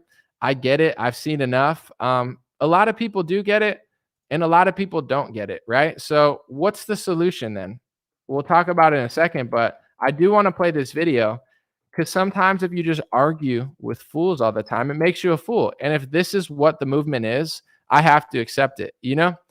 I have to accept what the movement is and just move on with my life and figure out something else that makes more sense for me. I'm not saying I'm going to stop doing what I'm doing per se, but it's like I don't go to a mosque and tell them to stop believing in Allah. I don't go to the Scientology center and tell them that they're in a, you know, I don't know what they're doing, but it's like I've stopped caring about it because it's not for me. Like I have to accept the fact that the Trump movement and the current Republican Party is fake. I have to accept the fact that Republicans don't want to have success. They just want to keep getting scammed on a loop and look at reactionary videos promoting what they claim to hate. Like I have to accept that. And I'm not being sarcastic. I'm being genuine. Like it's really my fault at this point. Like if people keep saying, don't tell me this, I don't want to hear it, then why should I keep saying it? I'm going to play this clip. If it doesn't work, I got to reformat it. But I saw this on Instagram and I thought it was pretty fascinating. Monkey said to the tiger, "The grass is blue." The tiger replied, "No, the grass is green." The discussion heated up, and the two decided to went before the lion, the king of the jungle. The donkey began to shout, "Your Highness, is it true that the grass is blue?" The lion replied, "True, the grass is blue." The donkey continued, "The tiger disagrees with me and contradicts and annoys me. Please punish him." The king then declared, "The tiger will be punished with 5 years of silence." The donkey jumped cheerfully and went on his way.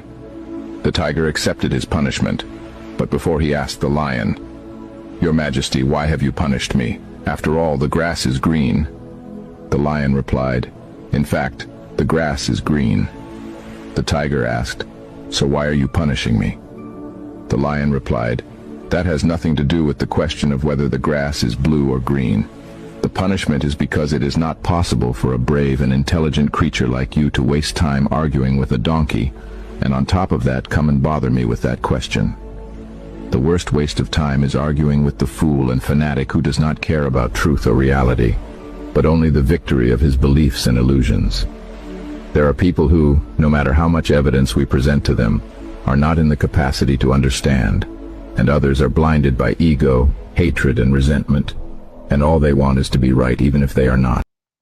I posted that and I said, who does it remind you of? And a lot of people said the left or this, you know, it applies to a lot of stuff. It's interesting. I just thought it was pretty, I kept watching. I was like, where's this going? I'm like, I don't, why are they paving cement? I didn't get it. But long story short, you know, that to me, that reminds me of like Republicans who are obsessed with Trump and have double standards and no capability to realize that they got scammed. It's like, at what point is it just my fault for arguing with people? You know, I don't sit and argue with the left all day. It's not because I believe them. It's just because like I'd rather bash my head against a brick wall than argue with the left all day. You know, I've decided that where it's like I don't allow it. I counter it. I make videos. I speak the truth. Like, it's not like I'm giving up on life or anything. It's just like I'm over trying to argue with a donkey, literally, because that's the Democrat's name.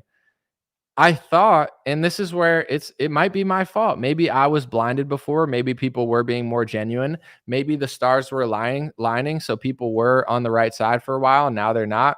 A lot of options are there, but I thought for whatever reason that the Trump movement was a movement of truth, and that's maybe that's my fault. I thought it was a movement of truth. I thought people believed what they said. I thought the people complaining about double standards every day of their life actually believed that and didn't have double standards themselves.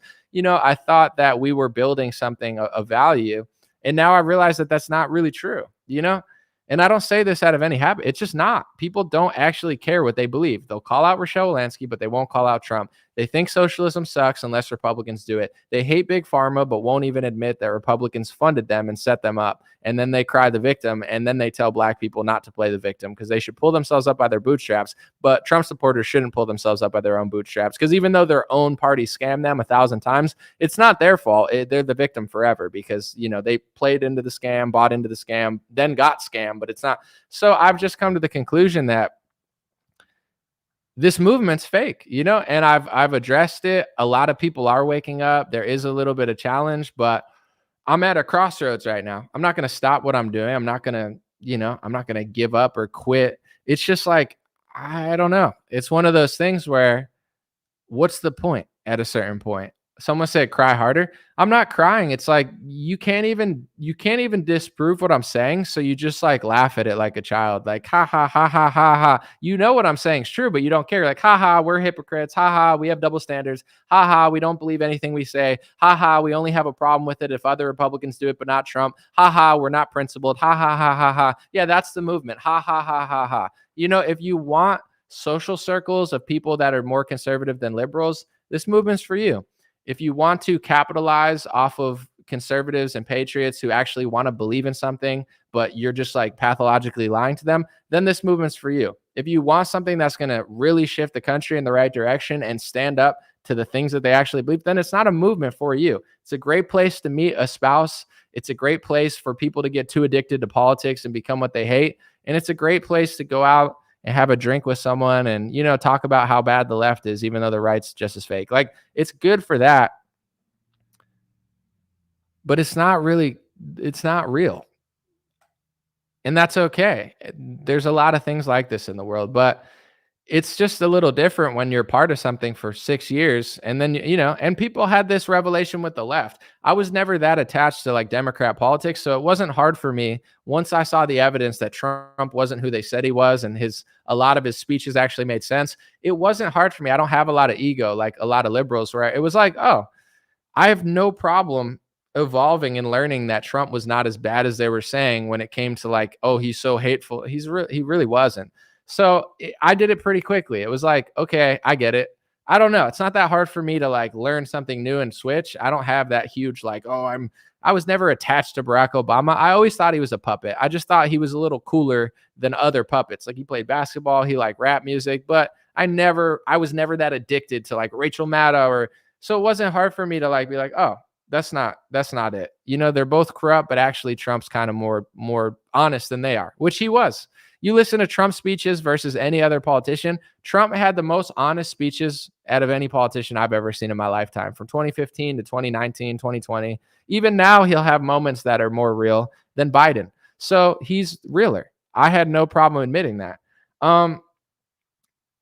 So it is what it is. This isn't the first time it happened. But what I'm saying is a lot of times, like there's people that are liberal for like 6 years. And this is something I notice in conservative politics too. Is a lot of the same people that are super fake about it, they were like dedicated Democrats. I'm talking like Democrats, Obama, they loved the Democrats, like obsessive, like they were bought into the lie extremely. And then once they realized that Trump wasn't that bad, now they've become the same person on the Trump side. They've become that same sycophant, but for Trump. So it's like they actually didn't really learn their lesson per se. They just swung to the other side, and now they're that same liar, but just slightly more right because the right's more right than the left. So, everybody makes mistakes, everybody evolves, but that's the type of energy that I see now, where it's not that hard for me, but it is sad. Thank you, Jay Ross. It is sad to be like, damn, we had so much building, but maybe it never really was that. Maybe I was wrong, or maybe people just switched up. I'm not really sure, but it's a sobering reality where it's like this team is like, yeah, I could hang out at events and speak, but how many people really want what they say, and how many people just want a social circle where they like slobber over Trump and have no conviction to anything they say? This next primary will really determine that, but I'm not convinced that the majority of people really want anything other than that, So we'll see how the year turns out. We'll see what happens. There's going to be, victim narrative, so no one's going to talk about anything. But Jay Ross said, "You're hitting the nail on the head. Don't let kids dissuade you from the past. God put you onto it." I'm not a quitter. I'm not like someone who gives up or cries or anything.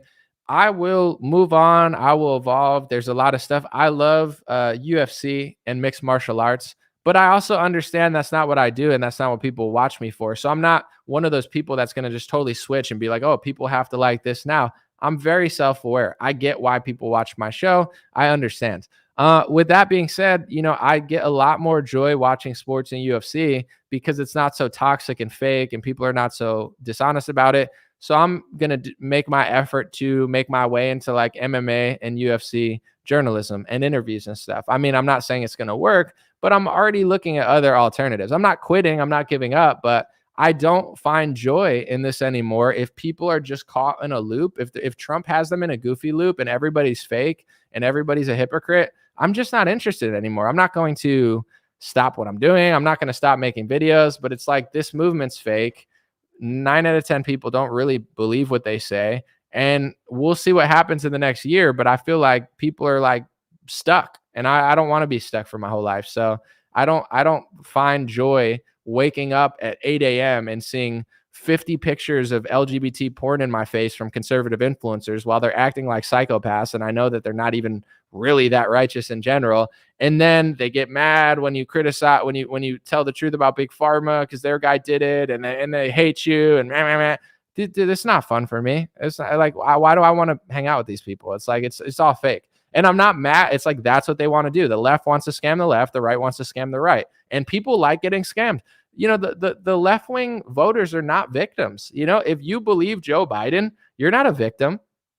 If you believe Rachel Maddow, you're not a victim. If you've fallen for the propaganda of the left, you're not a victim. You're an adult or a human being, and you need to. The world is not perfect. You need to educate yourself. You need to challenge your ideas, have critical thinking skills. So just like Democrats, voters are not the victim. They're just the useless fool. So is a lot of people on the right. They're not the victim of Trump or I don't see it. We're not victims of the left or victims of the COVID stuff. Our team's in on it and nobody wants to talk about it. We're not victims. We're the useless sheep. We're just sheep with Matt.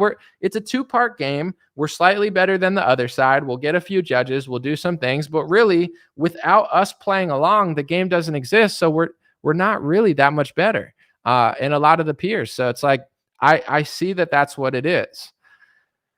I'm not mad at it anymore. I'm not going to be upset. It's just like, what do I want to do? Yeah, I like making videos, and I've thought to myself recently, maybe I should go back to doing shorter videos. The reason, I'll just let you guys know, there's a few reasons.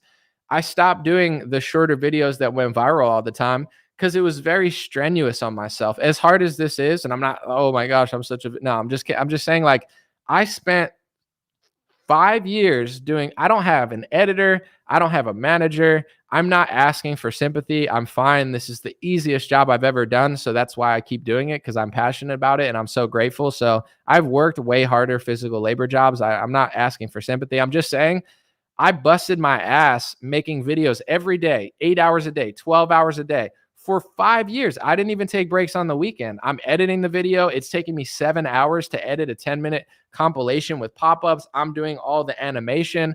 I'm doing everything. I was burnt out a little bit. It's not that I want to stop doing stuff, but it's easier for me to do this podcast form. It's not as viral.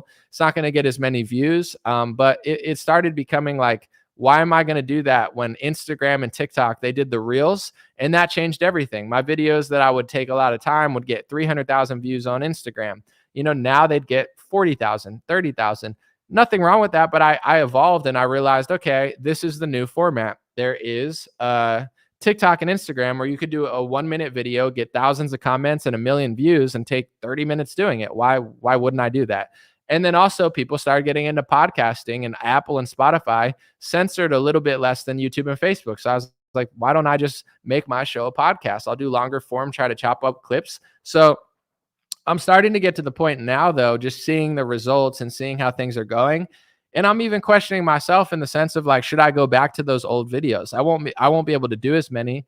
I don't know if I'll be able to work at the speed I worked at, because it was honestly unhealthy, the amount of time that I was spending making these things. But I don't want to get to that point again. But at the same time, it is what it is. It's part of the grind. So I'm thinking about maybe just making like very convincing 7 to 10 minute videos, because people will say to me, you changed so much. I would say I'm still the same authentic person that I always was. It's just the political spectrum has shifted. So now that Donald Trump is not telling the truth about a lot of stuff, and he was for 3 or 4 years, it makes me look like I changed instead of being honest and being like he changed and he didn't pan out. But that part of me has not changed. But what has changed is I'm doing longer form stuff that's way less convincing than a 10-minute video with pop-ups. People will still get mad at that and they might not listen, but I'm not saying what I'm saying is not convincing. But when you have a 10-minute video to the point, it's a lot easier to listen to than an hour podcast or a 30-minute video. It's just the truth. So that part of my show did change. It's worth thinking about, because I do think that that's what I was the best at doing, to be honest. I think I'm good at podcasting. I think I could be a radio host, a television host. I could work for a media company. I could do all those things. I see the competition. There's a lot of great people out there, but I think I can hang with anybody. I think I could do comedy. I think I'm funny. I make music. But in general, the best thing that I did was the short videos. I think that is what kind of really separated me from the pack, when I would do a 7 to 10 minute video that had pop-ups and was just such a compelling piece of journalism that even people that wanted to disagree would be like, I don't know, he did show proof. That was my bread and butter for sure. So I think I'm going to go back and do more of those videos. It's definitely not as fun for me. It's definitely not as, I would say, I don't know if I would say rewarding, but it's definitely just tougher to do. But I will do that. So, because at the end of the day, too, when things shift, I don't even see myself as a victim. Like, I could have made a lot more money. There's a lot of things I could have done. I got screwed out of a lot of money by a lot of different social media companies with censorship. But I don't even see it as like a curse as much of a blessing, because I don't want to get lazy or complacent. When things get taken from me, it just I'm very competitive. So it's one of those things where I'm like, you know what, maybe this is a message. I'm not like, oh, Facebook took, I would say with momentum and the way that people pulled out of subscriptions because of what Facebook did to me, I would say Facebook cost me over 6 figures of money by taking away my revenue multiple times when I was hitting my stride and basically crushing all the momentum I had and sucking away the revenue for a couple months. I would say they took 6 figures from me. Not taken, but just didn't allow me to have. I still don't think I'm a victim. I don't look at that and say, oh, I should have more money in my bank and I should have this. I see it as a challenge. It's like, that's what they did. So now I got to make a shirt company. That's what they did. So now I got to build on another platform. I got to make my own news website. I'm not a quitter. I kind of enjoy being like, when I was broke, it was some of the best times of my life that really challenged me. And I always say this to people, but when I lived in LA, my parents never once sent me a single check. I'm not one of those trust fund kids where the parents just put them up in a loft and, here's the money that you have and, you don't have to work. My parents never sent me a single dollar. So when I got out to LA and I had to work on my own, that really built my character, where if I could make it in a big city at 23 with no money, I didn't finish college, I dropped out, I could do anything. And I did that and I made it and I made money and I never missed rent. I never asked for help. No one ever sent me a single dollar. And I made it happen. Now that really, that I'm so glad that happened. Now that I've done a lot better, when things start to get back down, I feel like it's a message to myself where it's like, I can't get too comfortable. I worked really hard, but if you stop working hard, the results stop happening. So I'm kind of in a weird way, I'm kind of glad when things kind of go south, because I've had it happen multiple times in my life. I went from being big on YouTube for rapping in 2008 to working at a, overnight stocking, and nobody cared about me. I went from like 10,000, 20,000 video, views per video to like 300. Like I've already seen my career go like that and stop. And everyone told me to quit, and everyone told me it wasn't going to work, and everyone said that.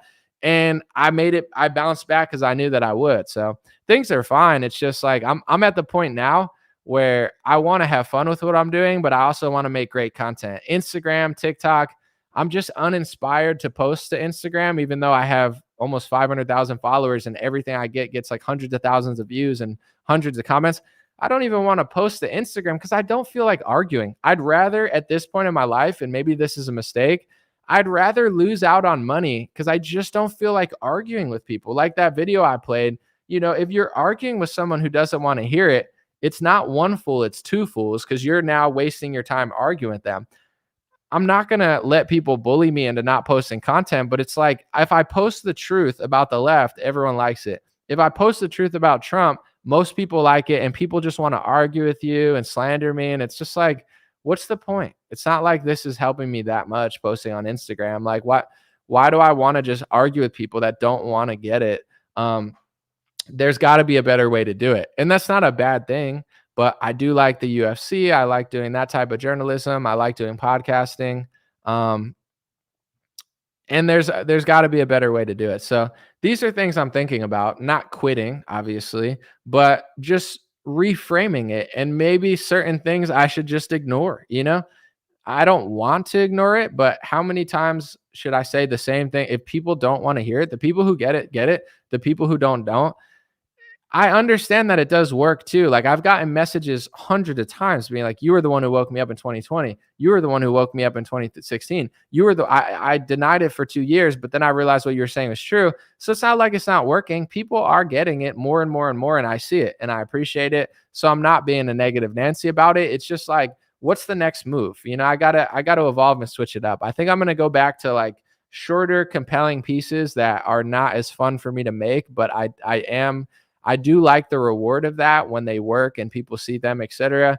So, it's just like I want to switch it up a little bit, because just arguing about the same stuff all the time is just annoying me, where there's a lot of ways that I could do similar stuff and make an impact without getting caught in that spiral. Because it's like I've said what I believe about the Republican Party and Trump 100 times. I've put the evidence out there. It's pretty obvious. How long do I really want to spend on it? Yes, it's election season. Yes, it's worth it. But just like I say to other people, like, what are you really doing? I have those same thoughts for myself. Like, what am I really doing? Should I reframe this and really get back to what? Because to be honest, as much as I like to talk and I like people listening, etc., the big videos that I did were not me talking for a long time. It wasn't all my opinion. It was just straight facts. Like I get it. That's more compelling. That's more interesting. So I think I'm going to get back to that. I have a lot of perspective on it, but can I cram it into a 10, 15-minute video and just show people and be more thoughtful like I used to be in some cases, be more compassionate, not just for that side, but for this side? There's a way to do it better, in my opinion. I think it's fine. My podcast is growing. A lot of my socials are doing fine. Facebook's doing better than it's been in a while. YouTube just never moves, dude. I don't know what they're doing to me on YouTube, but in the time YouTube has stayed the same. I got hundreds of thousands of followers on TikTok. I got hundreds of thousands of followers on Instagram. My Facebook is back to just crushing it. Like, I'm not playing the victim, but I don't know what my Rumble is like quadrupled. YouTube, it's just like sideways. I don't know what they're doing to me on here, but that's okay. Someone said, don't quit. No, I'm not quitting. I'm just being honest. I think, sharing these things is just interesting. A lot of people have these same thoughts. Like I don't share these things thinking like, oh, I'm such a, it is what it is. I'm fine. But I know a lot of people are looking at this stuff too. Like, you think that all Republican voters want to just like argue about Trump and DeSantis for a year? Of course they don't. You think everybody who watches my channel and follows Tim Pool or whatever, like, you think everybody's not seeing this stuff? Tim does a lot of great work. I'm not knocking his business, but I follow a lot of these people in the Republican Instagram sphere, and to me, they've just become professional phonies and just one-sided Trumpers with no critical thinking skills, and they just refuse to ever do journalism with them because they hang out with them. I'm not the only one who sees this. I'm not complaining about it because it's like affects me so much. Everyone sees it. Everyone feels it. Rick said Trump 2024.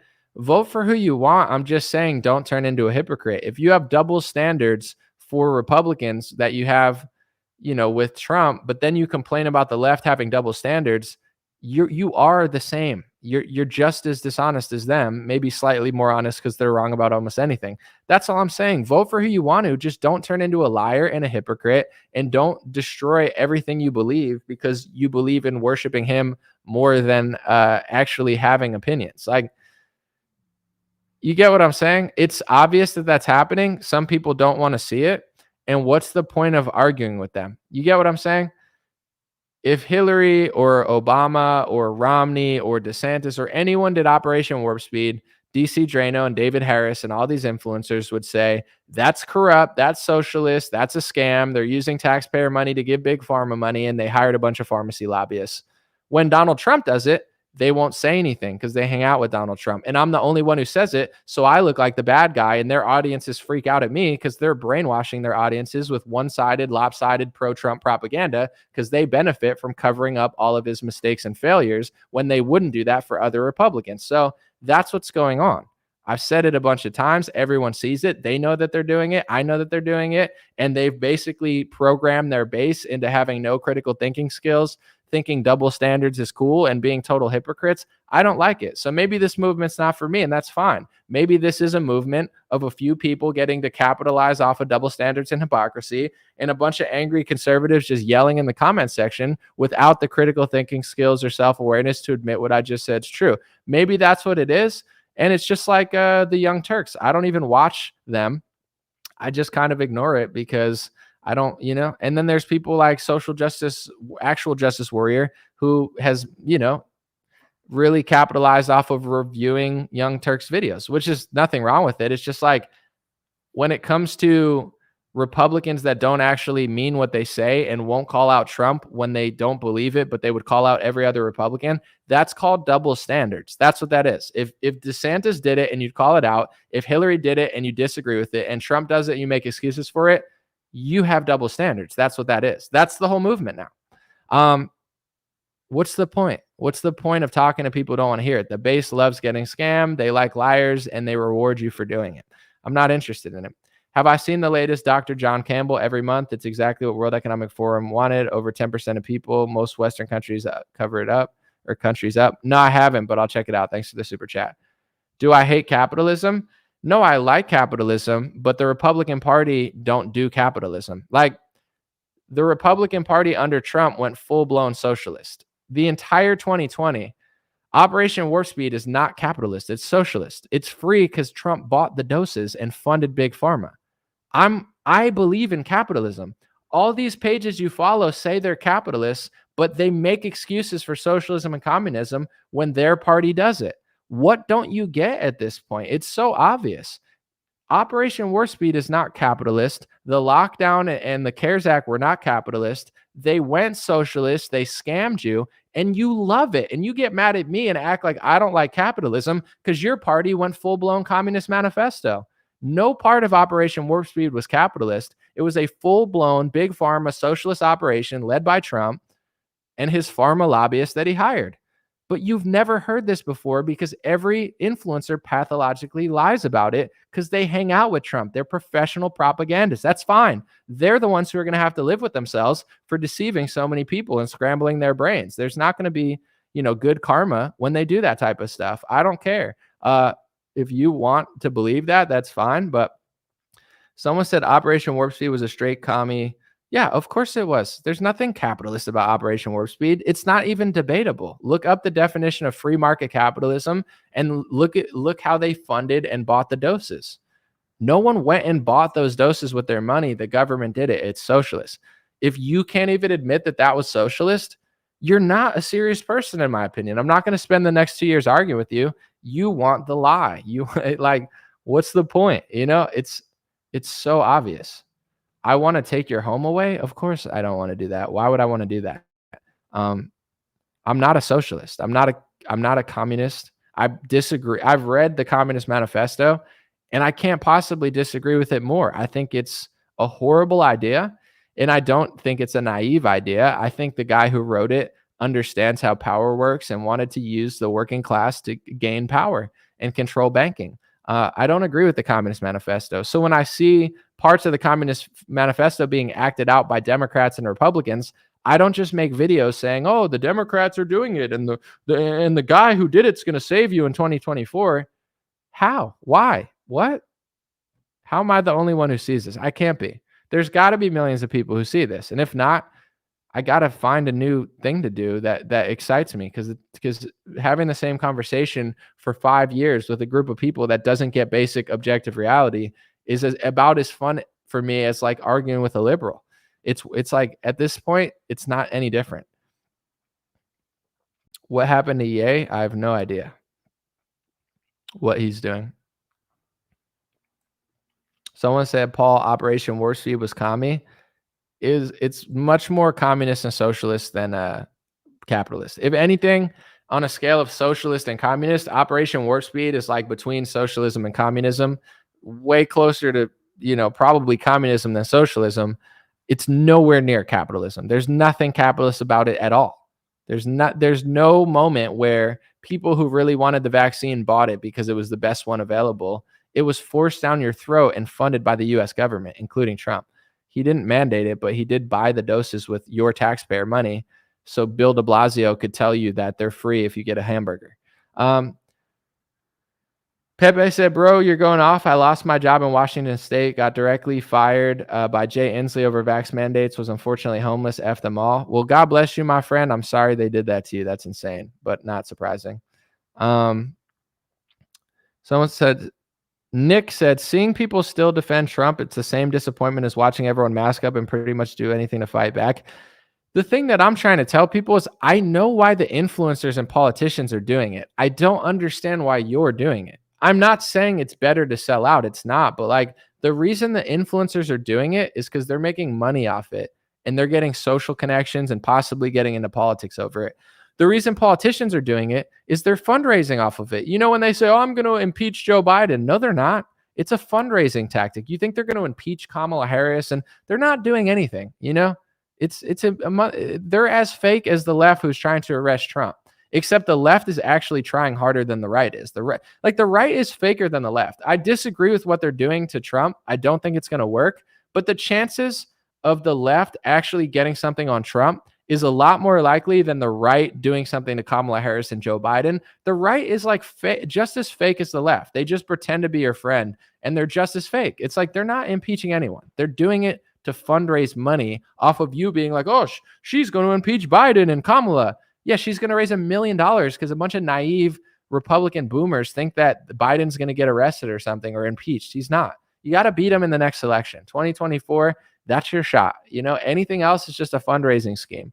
That being said, someone said, and you vote. I don't vote Biden, bro. I don't know if you're joking. This is why the comments are annoying, but no, I'm not. I vote Republican. I'm just like, your brain is broken. It's like Biden, Trump, Biden, Biden, Trump. It's like, bro, what are you talking about? Whatever. I don't even remember what I was talking about. It doesn't matter. But yeah. Oh yeah. Now I remember. The influencers that are doing this, they're making a fortune off this stuff. Someone said, yeah, I've capitalized off of making content and working hard and putting stuff out there. I'm not saying I haven't, but I'm just saying I know most of these people.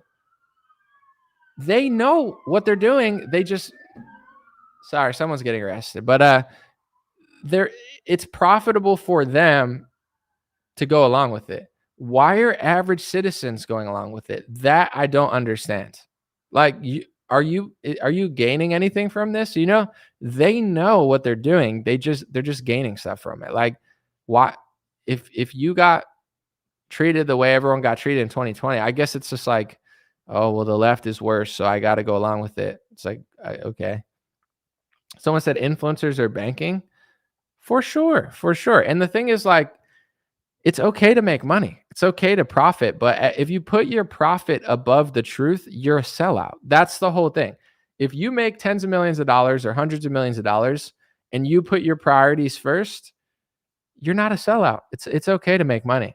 If you know you're lying, I know that these people know. I know that they know. You think that they don't know? I know that they know. They're putting themselves, their social circle, their merchandise, and their career above the country, the Constitution, the truth, holding both parties accountable for big pharma corruption. They're sellouts. That's what they are. I want these people to make money. It's just like, stop selling out for it. It's a simple, obvious sort of thing. I remember in 2019, and I'm not going to name names, I had this conversation because before anyone talked about it like Vivek, I saw Trump and DeSantis pass legislation that was going to lead to hate speech rules and laws. It included hate speech terminology, and all these right-wingers, Shapiro, Prager, Adam Carolla, they're all like, no safe spaces, blah, blah, blah. And I noticed that Republicans were passing legislations creating safe spaces. And I have a lot of friends who are high-level influencers, and I'm telling you, on camera, off camera, I brought this to their attention. I said, hey, guys, I know that you guys speak at college campuses and do tours, and you talk about the First Amendment, and you tell all these college kids that you're a patriot. I brought this stuff to their attention, and I said, look, the Republican Party is working to infringe on our First Amendment, and they're passing very shady legislation that seems like it's paving the way for hate speech rules, and it makes us hypocrites. Like, how are we going to tell everyone we're against safe spaces if we support Trump's bill and DeSantis's bill that essentially creates a safe space in schools? I said this to them.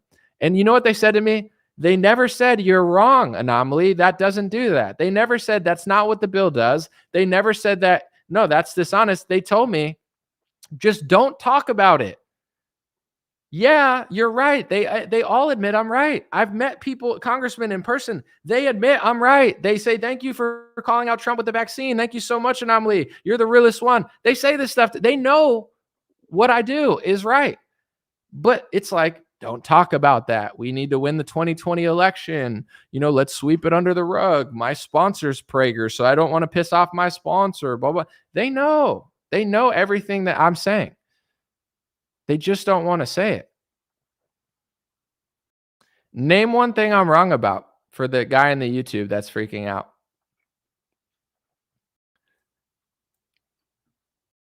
I don't care.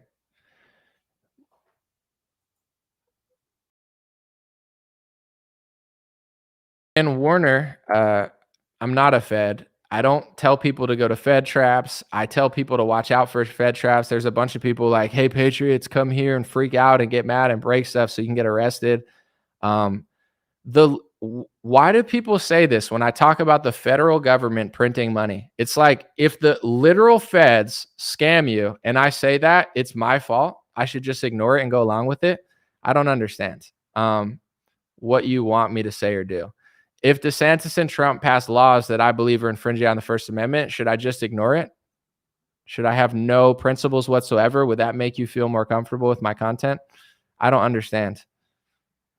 Paul, I'm going to say this, or whatever, or Matt, whatever. Name one thing that I've said that's wrong or that you disagree with. Please, name one. It's like there's literally people that are like, yo, come to this Fed trap and do this. And people are like, that's legit. And then I'm like, don't do that. Anybody who texts you or says crazy stuff like, yo, let's go. They're probably setting you up. If they're not a Fed, they're probably going to get the feds on you. I warn people constantly, don't talk to people like that. They're looking for conservatives and patriots to freak out and say some crazy shit so they can then investigate you and throw you in prison, like the people who followed Donald Trump to the Fed trap. Like, don't you think if I was a Fed, I would have told people go there and act crazy and do this? Don't you think that that's a lot more likely than me? Like, I'm not going to January 6th. It seems sketchy. Trump's selling the vaccine with the feds. Like, you want to talk about the Fed? Trump's selling the Fed vaccine with the feds. And I'm like, yeah, I have no interest in that. Then the Fed set everybody up and I'm not there. And it's my fault. And I get blamed for it, or people say that it's so fake.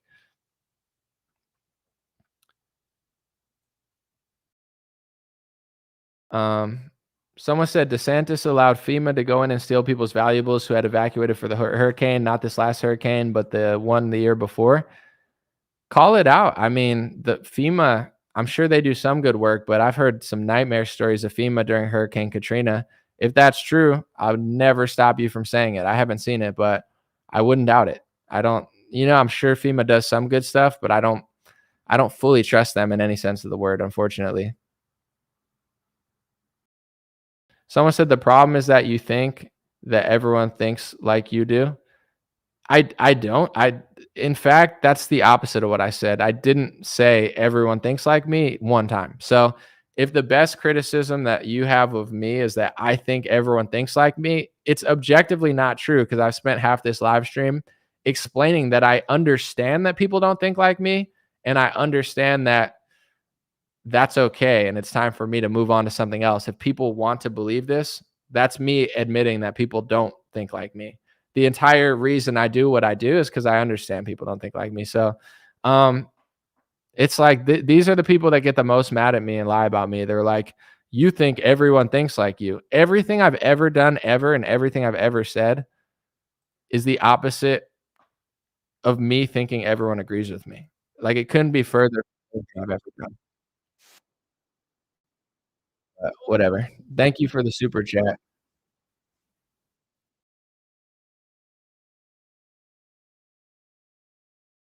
And this is why I appreciate you, Imashi. This is why, in general, I don't really do long live streams anymore because it's not really smart, but I'm just doing one this week, like, to talk about stuff, and then I'm gonna move on to what I do. Someone said, "I think just like you, Anomaly, stay true." Yeah, it's fine, but it's ridiculous, but whatever. Someone said, "Feds usually try to set up federal cases." Come on now, man. People don't even realize that multiple times they got set up with the feds, and I wasn't in on it, but people like to just lie about me. Like, what part of what I said? I don't know. There's people outside the courthouse. I watched this one video of this guy who said, "I've been a federal agent for 19 years." And he's like, he's like, If there literally this video says, If Trump gets arrested, January 6th is gonna seem like a playground." He said in the video he was a federal agent for 19 years. I don't know which agency he's talking about. He didn't look like one of their brightest ones, but in general, he's talking like a Fed. I'm not gonna accuse him of still being a Fed because I don't throw false accusations at people, but that's what feds do. They rile up conservatives and they use their emotion to set you up and arrest you. The feds have done this not just with conservatives. They do it with Muslims who are depressed. They try to make you do something and say you're going to kill people so they can arrest you. This is what feds do. I warn people all the time. These are the feds, or these are the people that are going to get you arrested with the feds, is when they're standing out there and being like, "Patriots, let's break windows and let's do crazy shit." And also, the feds aren't just saying that to people in person, they're texting you that. It's called Fed talk. Anybody that texts you is like, "I'm going to do something crazy." They read people's shit, right? They read people's text messages, they tap phones. Like, why are you saying that? You're either a Fed or you're going to get set up eventually by the feds if you don't shut your mouth, because 99% of what people are saying they don't even mean. They're just all riled up. That's what they want you to do. So now, a lot of people at the Capitol, the Fed trap that Trump lured everybody to by a mistake or whatever, a lot of the people in the court cases, they're facing multiple charges, not just for standing on the steps or going in the Capitol, but they're going through their text messages. And they were texting a bunch of feds that were just, disguising themselves as patriots. And they're saying a bunch of stupid shit like, "Oh, we're going to do this and that." And the truth is, most people probably didn't even mean it. Most people probably weren't going to do anything. They're just trying to act like tough guys. That's called Fed talk. You don't want to be texting or on the phone being like, "I'm going to do something crazy. I'm going to freak out." And it's like, they're recording you. They're looking at your text messages. They're setting people up all the time. So if someone says, "Oh, if Trump gets arrested, I'm gonna do all this illegal," it's like, either they're a Fed or they're super stupid, or they're eventually gonna have the feds call them or come to their house because they're trying to, set you up. When it came to January 6th, I mean, I don't care what people think, but if I was a Fed, I would have told people to go and be pissed off like everyone else. And I'm not saying that I even knew that all that stuff was gonna happen, because I didn't. I assumed it was just gonna be like a Trump rally where people yelled at Mike Pence or something and went home. I had no idea that all that stuff was gonna go down. I don't think most people did. That's my honest opinion. But I told people earlier that I don't trust it. If I really wanted to set people up, why would I tell people that I'm not going and I don't trust it? Because I didn't, and I don't. I don't trust an actual Fed, the head of the federal government, selling Moderna vaccines. Like, what would make people think that I was way better? It's like, do you want me to lie? Do you want me to set people up like everyone else?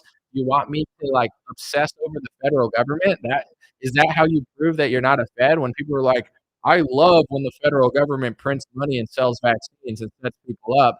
That's loyalty. It's like, that's not loyalty. The Republican Party had no loyalty in 2020. They had no loyalty to people, no loyalty to you, no loyalty to the Constitution, no loyalty against the fight of big pharma. Their loyalty lied with the Democrats, with the deep state, with the uniparty. No one cared. They left Julian Assange and Edward Snowden out to dry, but somehow it's my fault, or people are gonna falsely make up stuff about me that's not true because I don't have the same opinions as everyone else. I mean, I don't know.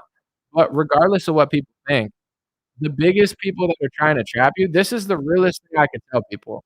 Do not talk to people or text people on the phone that are acting crazy, okay? If they're saying, "I'm freaking so pissed off about Donald Trump that I'm gonna do this if it happens," 2 things are true. They're probably not gonna do anything, and they're just trying to act tough, and 2, they're gonna set you up by mistake or on purpose. I'm not saying everybody's a Fed. I'm just saying that's called Fed talk for a reason. That's people trying to rile you up and be like, "Oh my gosh, I'm," and then now they have text messages. So think about, is my microphone cutting out? Hold on. Can I get a thumbs up that it's working? I don't know what's going on. Is it people are saying the mic's cutting out. Give me a thumbs up if the mic's working, because I'm about to say some real stuff before I leave. Okay? Can you hear me? Thumbs up if it's working. I turned it on and off. Yeah, mysteriously, my mic comes out now. I'll wait a few seconds, make sure it's on, and then I'll move on. Mic's good? Alright, I get a few more confirmations, and I'm gonna keep going. I hit mute and put it back on. Uh, let's see. Good enough? Thank A lot of people that got charged on January 6th got multiple charges for organizing. A lot of these people didn't even go in the Capitol. In my view, anybody that didn't go in the Capitol and break a law is being persecuted. People that got tours through the Capitol should be getting a pass because they didn't even know what they're doing. People that broke stuff or commit vandalism, that's a stupid crime. You shouldn't do that on any day. But I think most people were set up at the Capitol, either did something stupid because someone told them to, which is your fault also, and a lot of people didn't do anything. If you look at some of the charges, the reason these people are getting charged so heavily, I'm not saying it's right, and I'm not saying that the standards are true, but it's because they're also texting and talking and saying stupid crap. So now they can get you on conspiracy if you said this and said that, and you know what I'm saying? You're talking all crazy to your friends like, "Oh, if Trump loses, Imma go crazy." And now you're sitting in a federal court and they're charging you and they're bringing up your text messages being like, well, this person not only stood on the Capitol steps, this person also was saying that they wanted to do this and that, and, they were going to crazy and break stuff. Like, that's not stuff you should say. Anybody trying to make you engage in that is not someone that you should be really talking to, because it could be multiple things. It could just be a mistake or tough talk or friend talk, but it's not the type of shit you wanna be saying, in my view. People don't have to believe what I'm saying or agree with it, but that's some good advice. 'Cause I see, like, I saw one person on Twitter be like, "Oh, who's really pissed off right now?" It's like, what are you trying to accomplish? Like, you want people to just list in the comment section, like, make a whole list of, like, people that are, like, freaking out, even though all of them aren't gonna do anything, but they're gonna publicly post that they feel crazy, and, like, it's not the play. Apparently, the mic's cutting out. It's been long overdue, in this live stream, but I just wanted to have some real random talk that doesn't really fit in anywhere in most of the live streams. I'll make sure it's fixed for next time, but thanks for listening. God bless God bless you guys. God bless your family. God bless America. God bless the world. I don't know why the mic's not working, but it's a very interesting time to cut out. Is what it is. Someone said, "Nah, you should be able to say anything you want. You shouldn't be a coward and hold your tongue." Steven, I say what I mean. If you're gonna text your friends, "I'm gonna burn down stuff if I" they could charge you for that, bro. There's the First Amendment, and then there's you admitting to crimes in a text message. If you're such if you're the type of person that wants to admit to crimes in text messages on the cell phone, you're not exercising your First Amendment, you're setting yourself and your friends up. So, the First Amendment doesn't mean you can, like, admit to crimes or in calls. But apparently, that's the movement now. The movement is like people all act like feds, and then when the feds come around and trick Trump supporters, it's hard to even tell the difference of who's a fed and who's not, because everybody acts like feds. They're like, "Oh, well, it's my First Amendment to ri" It's really not though, dude. You know, you can say what you want, sure, but if you go and do some stupid crap and then they triple up your charges, you know, and then in the courtroom, what are you gonna be saying? You're gonna be like you're gonna be like, "Oh, I didn't mean that." Of course you didn't mean it, so why are you saying it? I say what I mean. I'm not doing anything violent, I'm not burning anything down, I'm not that type of person, I'm not vandalizing stuff, I'm not gonna be up in arms over a court case when the guy involved in it locked the country down and sold vaccines, like, that's not my hill to freak out and act like an idiot on, so yeah, you have the right to say whatever you want, I'm just saying, I'm if you guys wanna be like the people that are rotting in prison now and not even think about this stuff, you'll probably eventually get set up, but I don't want that to happen, so I'm telling people the truth. If you want to, you have the right to say and do whatever you want. I don't really care. I just thought people wanted to hear this, maybe not. Like, you know, it's a pretty obvious message. Like, it's not it has nothing to do with being a turncoat. It's just calling be wise. Think about what you say. Think about who you're talking to. This is what the feds do. They get in text message groups, they start hanging out with patriots and getting you to say stupid shit that they could charge you with and then lure you to some sort of trap. You look at the Gretchen Whitmer situation, uh, there were more feds involved in that than not feds. How did they get these people charged? You know these people are gonna go to prison now, and they actually got charged? The feds hatched a plot to kidnap Gretchen Whitmer and then convinced enough conservatives to go along with it for enough time, and now they're gonna send them to prison for falling for it. So even though the feds hatched that plot to trick conservatives, they probably thought the same thing as people here. "Oh, it's my First Amendment right to say that shit." Okay, well, why are you saying it though? Be smart. You don't wanna be smart? Of course you don't. That's what this movement is. A bunch of fake, bunch of they'll call you a turncoat if you tell them not to get set up by the feds. Like, do what you want then. Like, whatever. It's like that's what you wanna do. They're doing that actively in every single group. You get what I'm saying? Anybody who talks to you like that, I'm just saying think twice about it. If you don't want to, if you wanna just engage in a like, I'm not in any group chats, I'm not talking to any people, keep that I'm not I'm not going to Florida to freak out over a court case, it is like, say what you want, believe what you want, but you think it's gonna lead to some sort of, like, amazing situation, but in reality, it multiple people on the right to prison, and in court, they weren't saying, "Oh, I'm saying what" they're like, "No, I didn't actually mean that. Oh, no, I didn't actually what I said, I didn't mean" it's like, if you didn't mean it, then just don't say it, or do. I mean, I would say don't, but, people are like, "Yeah, that's our right." It's not, and in general,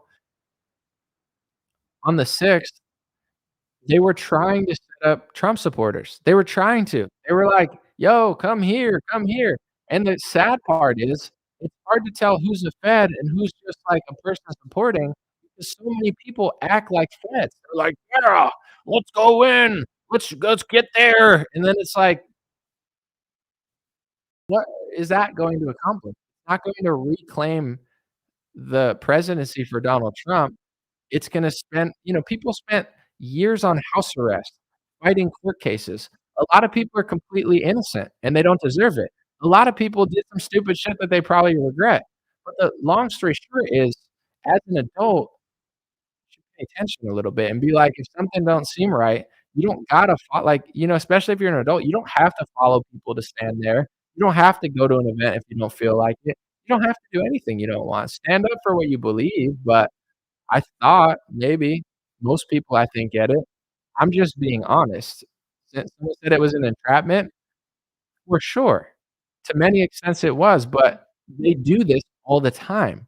So the best thing to do is not fall for it and not get entrapped, because they're trying to entrap you. They're trying to catch you slipping. They're trying to create narratives in certain cases that they themselves created to then get you involved to throw you in prison.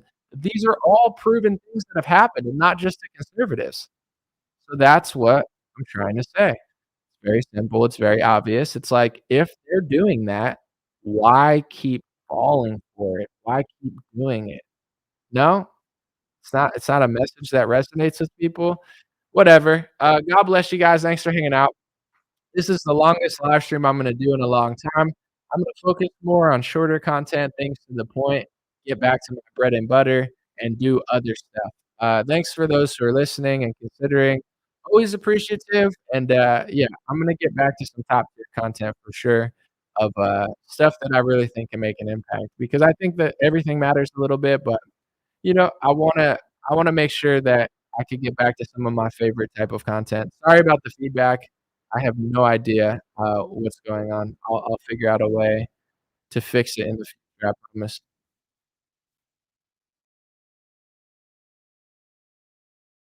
Hey, what's going on, my friends? Just a few ways to stay in touch and support if you'd like to. The first way is dreamrare.com. We have blue beanies, black beanies, pink hats, other colored hats, freedom versus tyranny shirts, stay blessed long sleeve, God is great long sleeve, and lots of more cool items coming soon. Dreamrare.com. Check out the shop to support. Everything's made in the United States. Handpicked by me. Patreon.com/raretalk. For $5 a month, you can help support me, support the show. If you haven't noticed, unlike other channels, I don't work with very many sponsors, sometimes none at all. And part of the way I'm able to do that is with the dreamrare.com shop and patreon.com/raretalk. So thank you guys for keeping this show free, unimpeded, uninterrupted. I'm forever grateful. My free email list is stayintouchwithme.com. So check the links below in the description, or just type in on any browser, stayintouchwithme.com, all one word. You'll find my email list, put it in there, and it's the least annoying email list you'll ever be on. I barely use it because I don't like getting emailed every day or every week. It's annoying. So I don't do it. Stayintouchwithme.com. It helps me take back some power away from big tech. Telegram, t.me/dreamrarechat or @dreamrarechat. Due to censorship, I post all my live stream and videos there. Sometimes I have some bonus content, and I try to give people a heads up when Facebook or YouTube won't. DreamRareChat at Telegram. My Instagram is @DreamRare. Thanks for everybody following there for shorter content. And DreamRareLinks.com. That's DreamRareLinks.com. Has all my stuff. My podcast on Spotify, Apple Podcasts, my music on Spotify and Apple, my Rumble page, my BitChute and Gab page. All my links are found at DreamRareLinks.com. Thanks for watching, folks. God bless you. You already know I'll be back with more content soon. Appreciate you.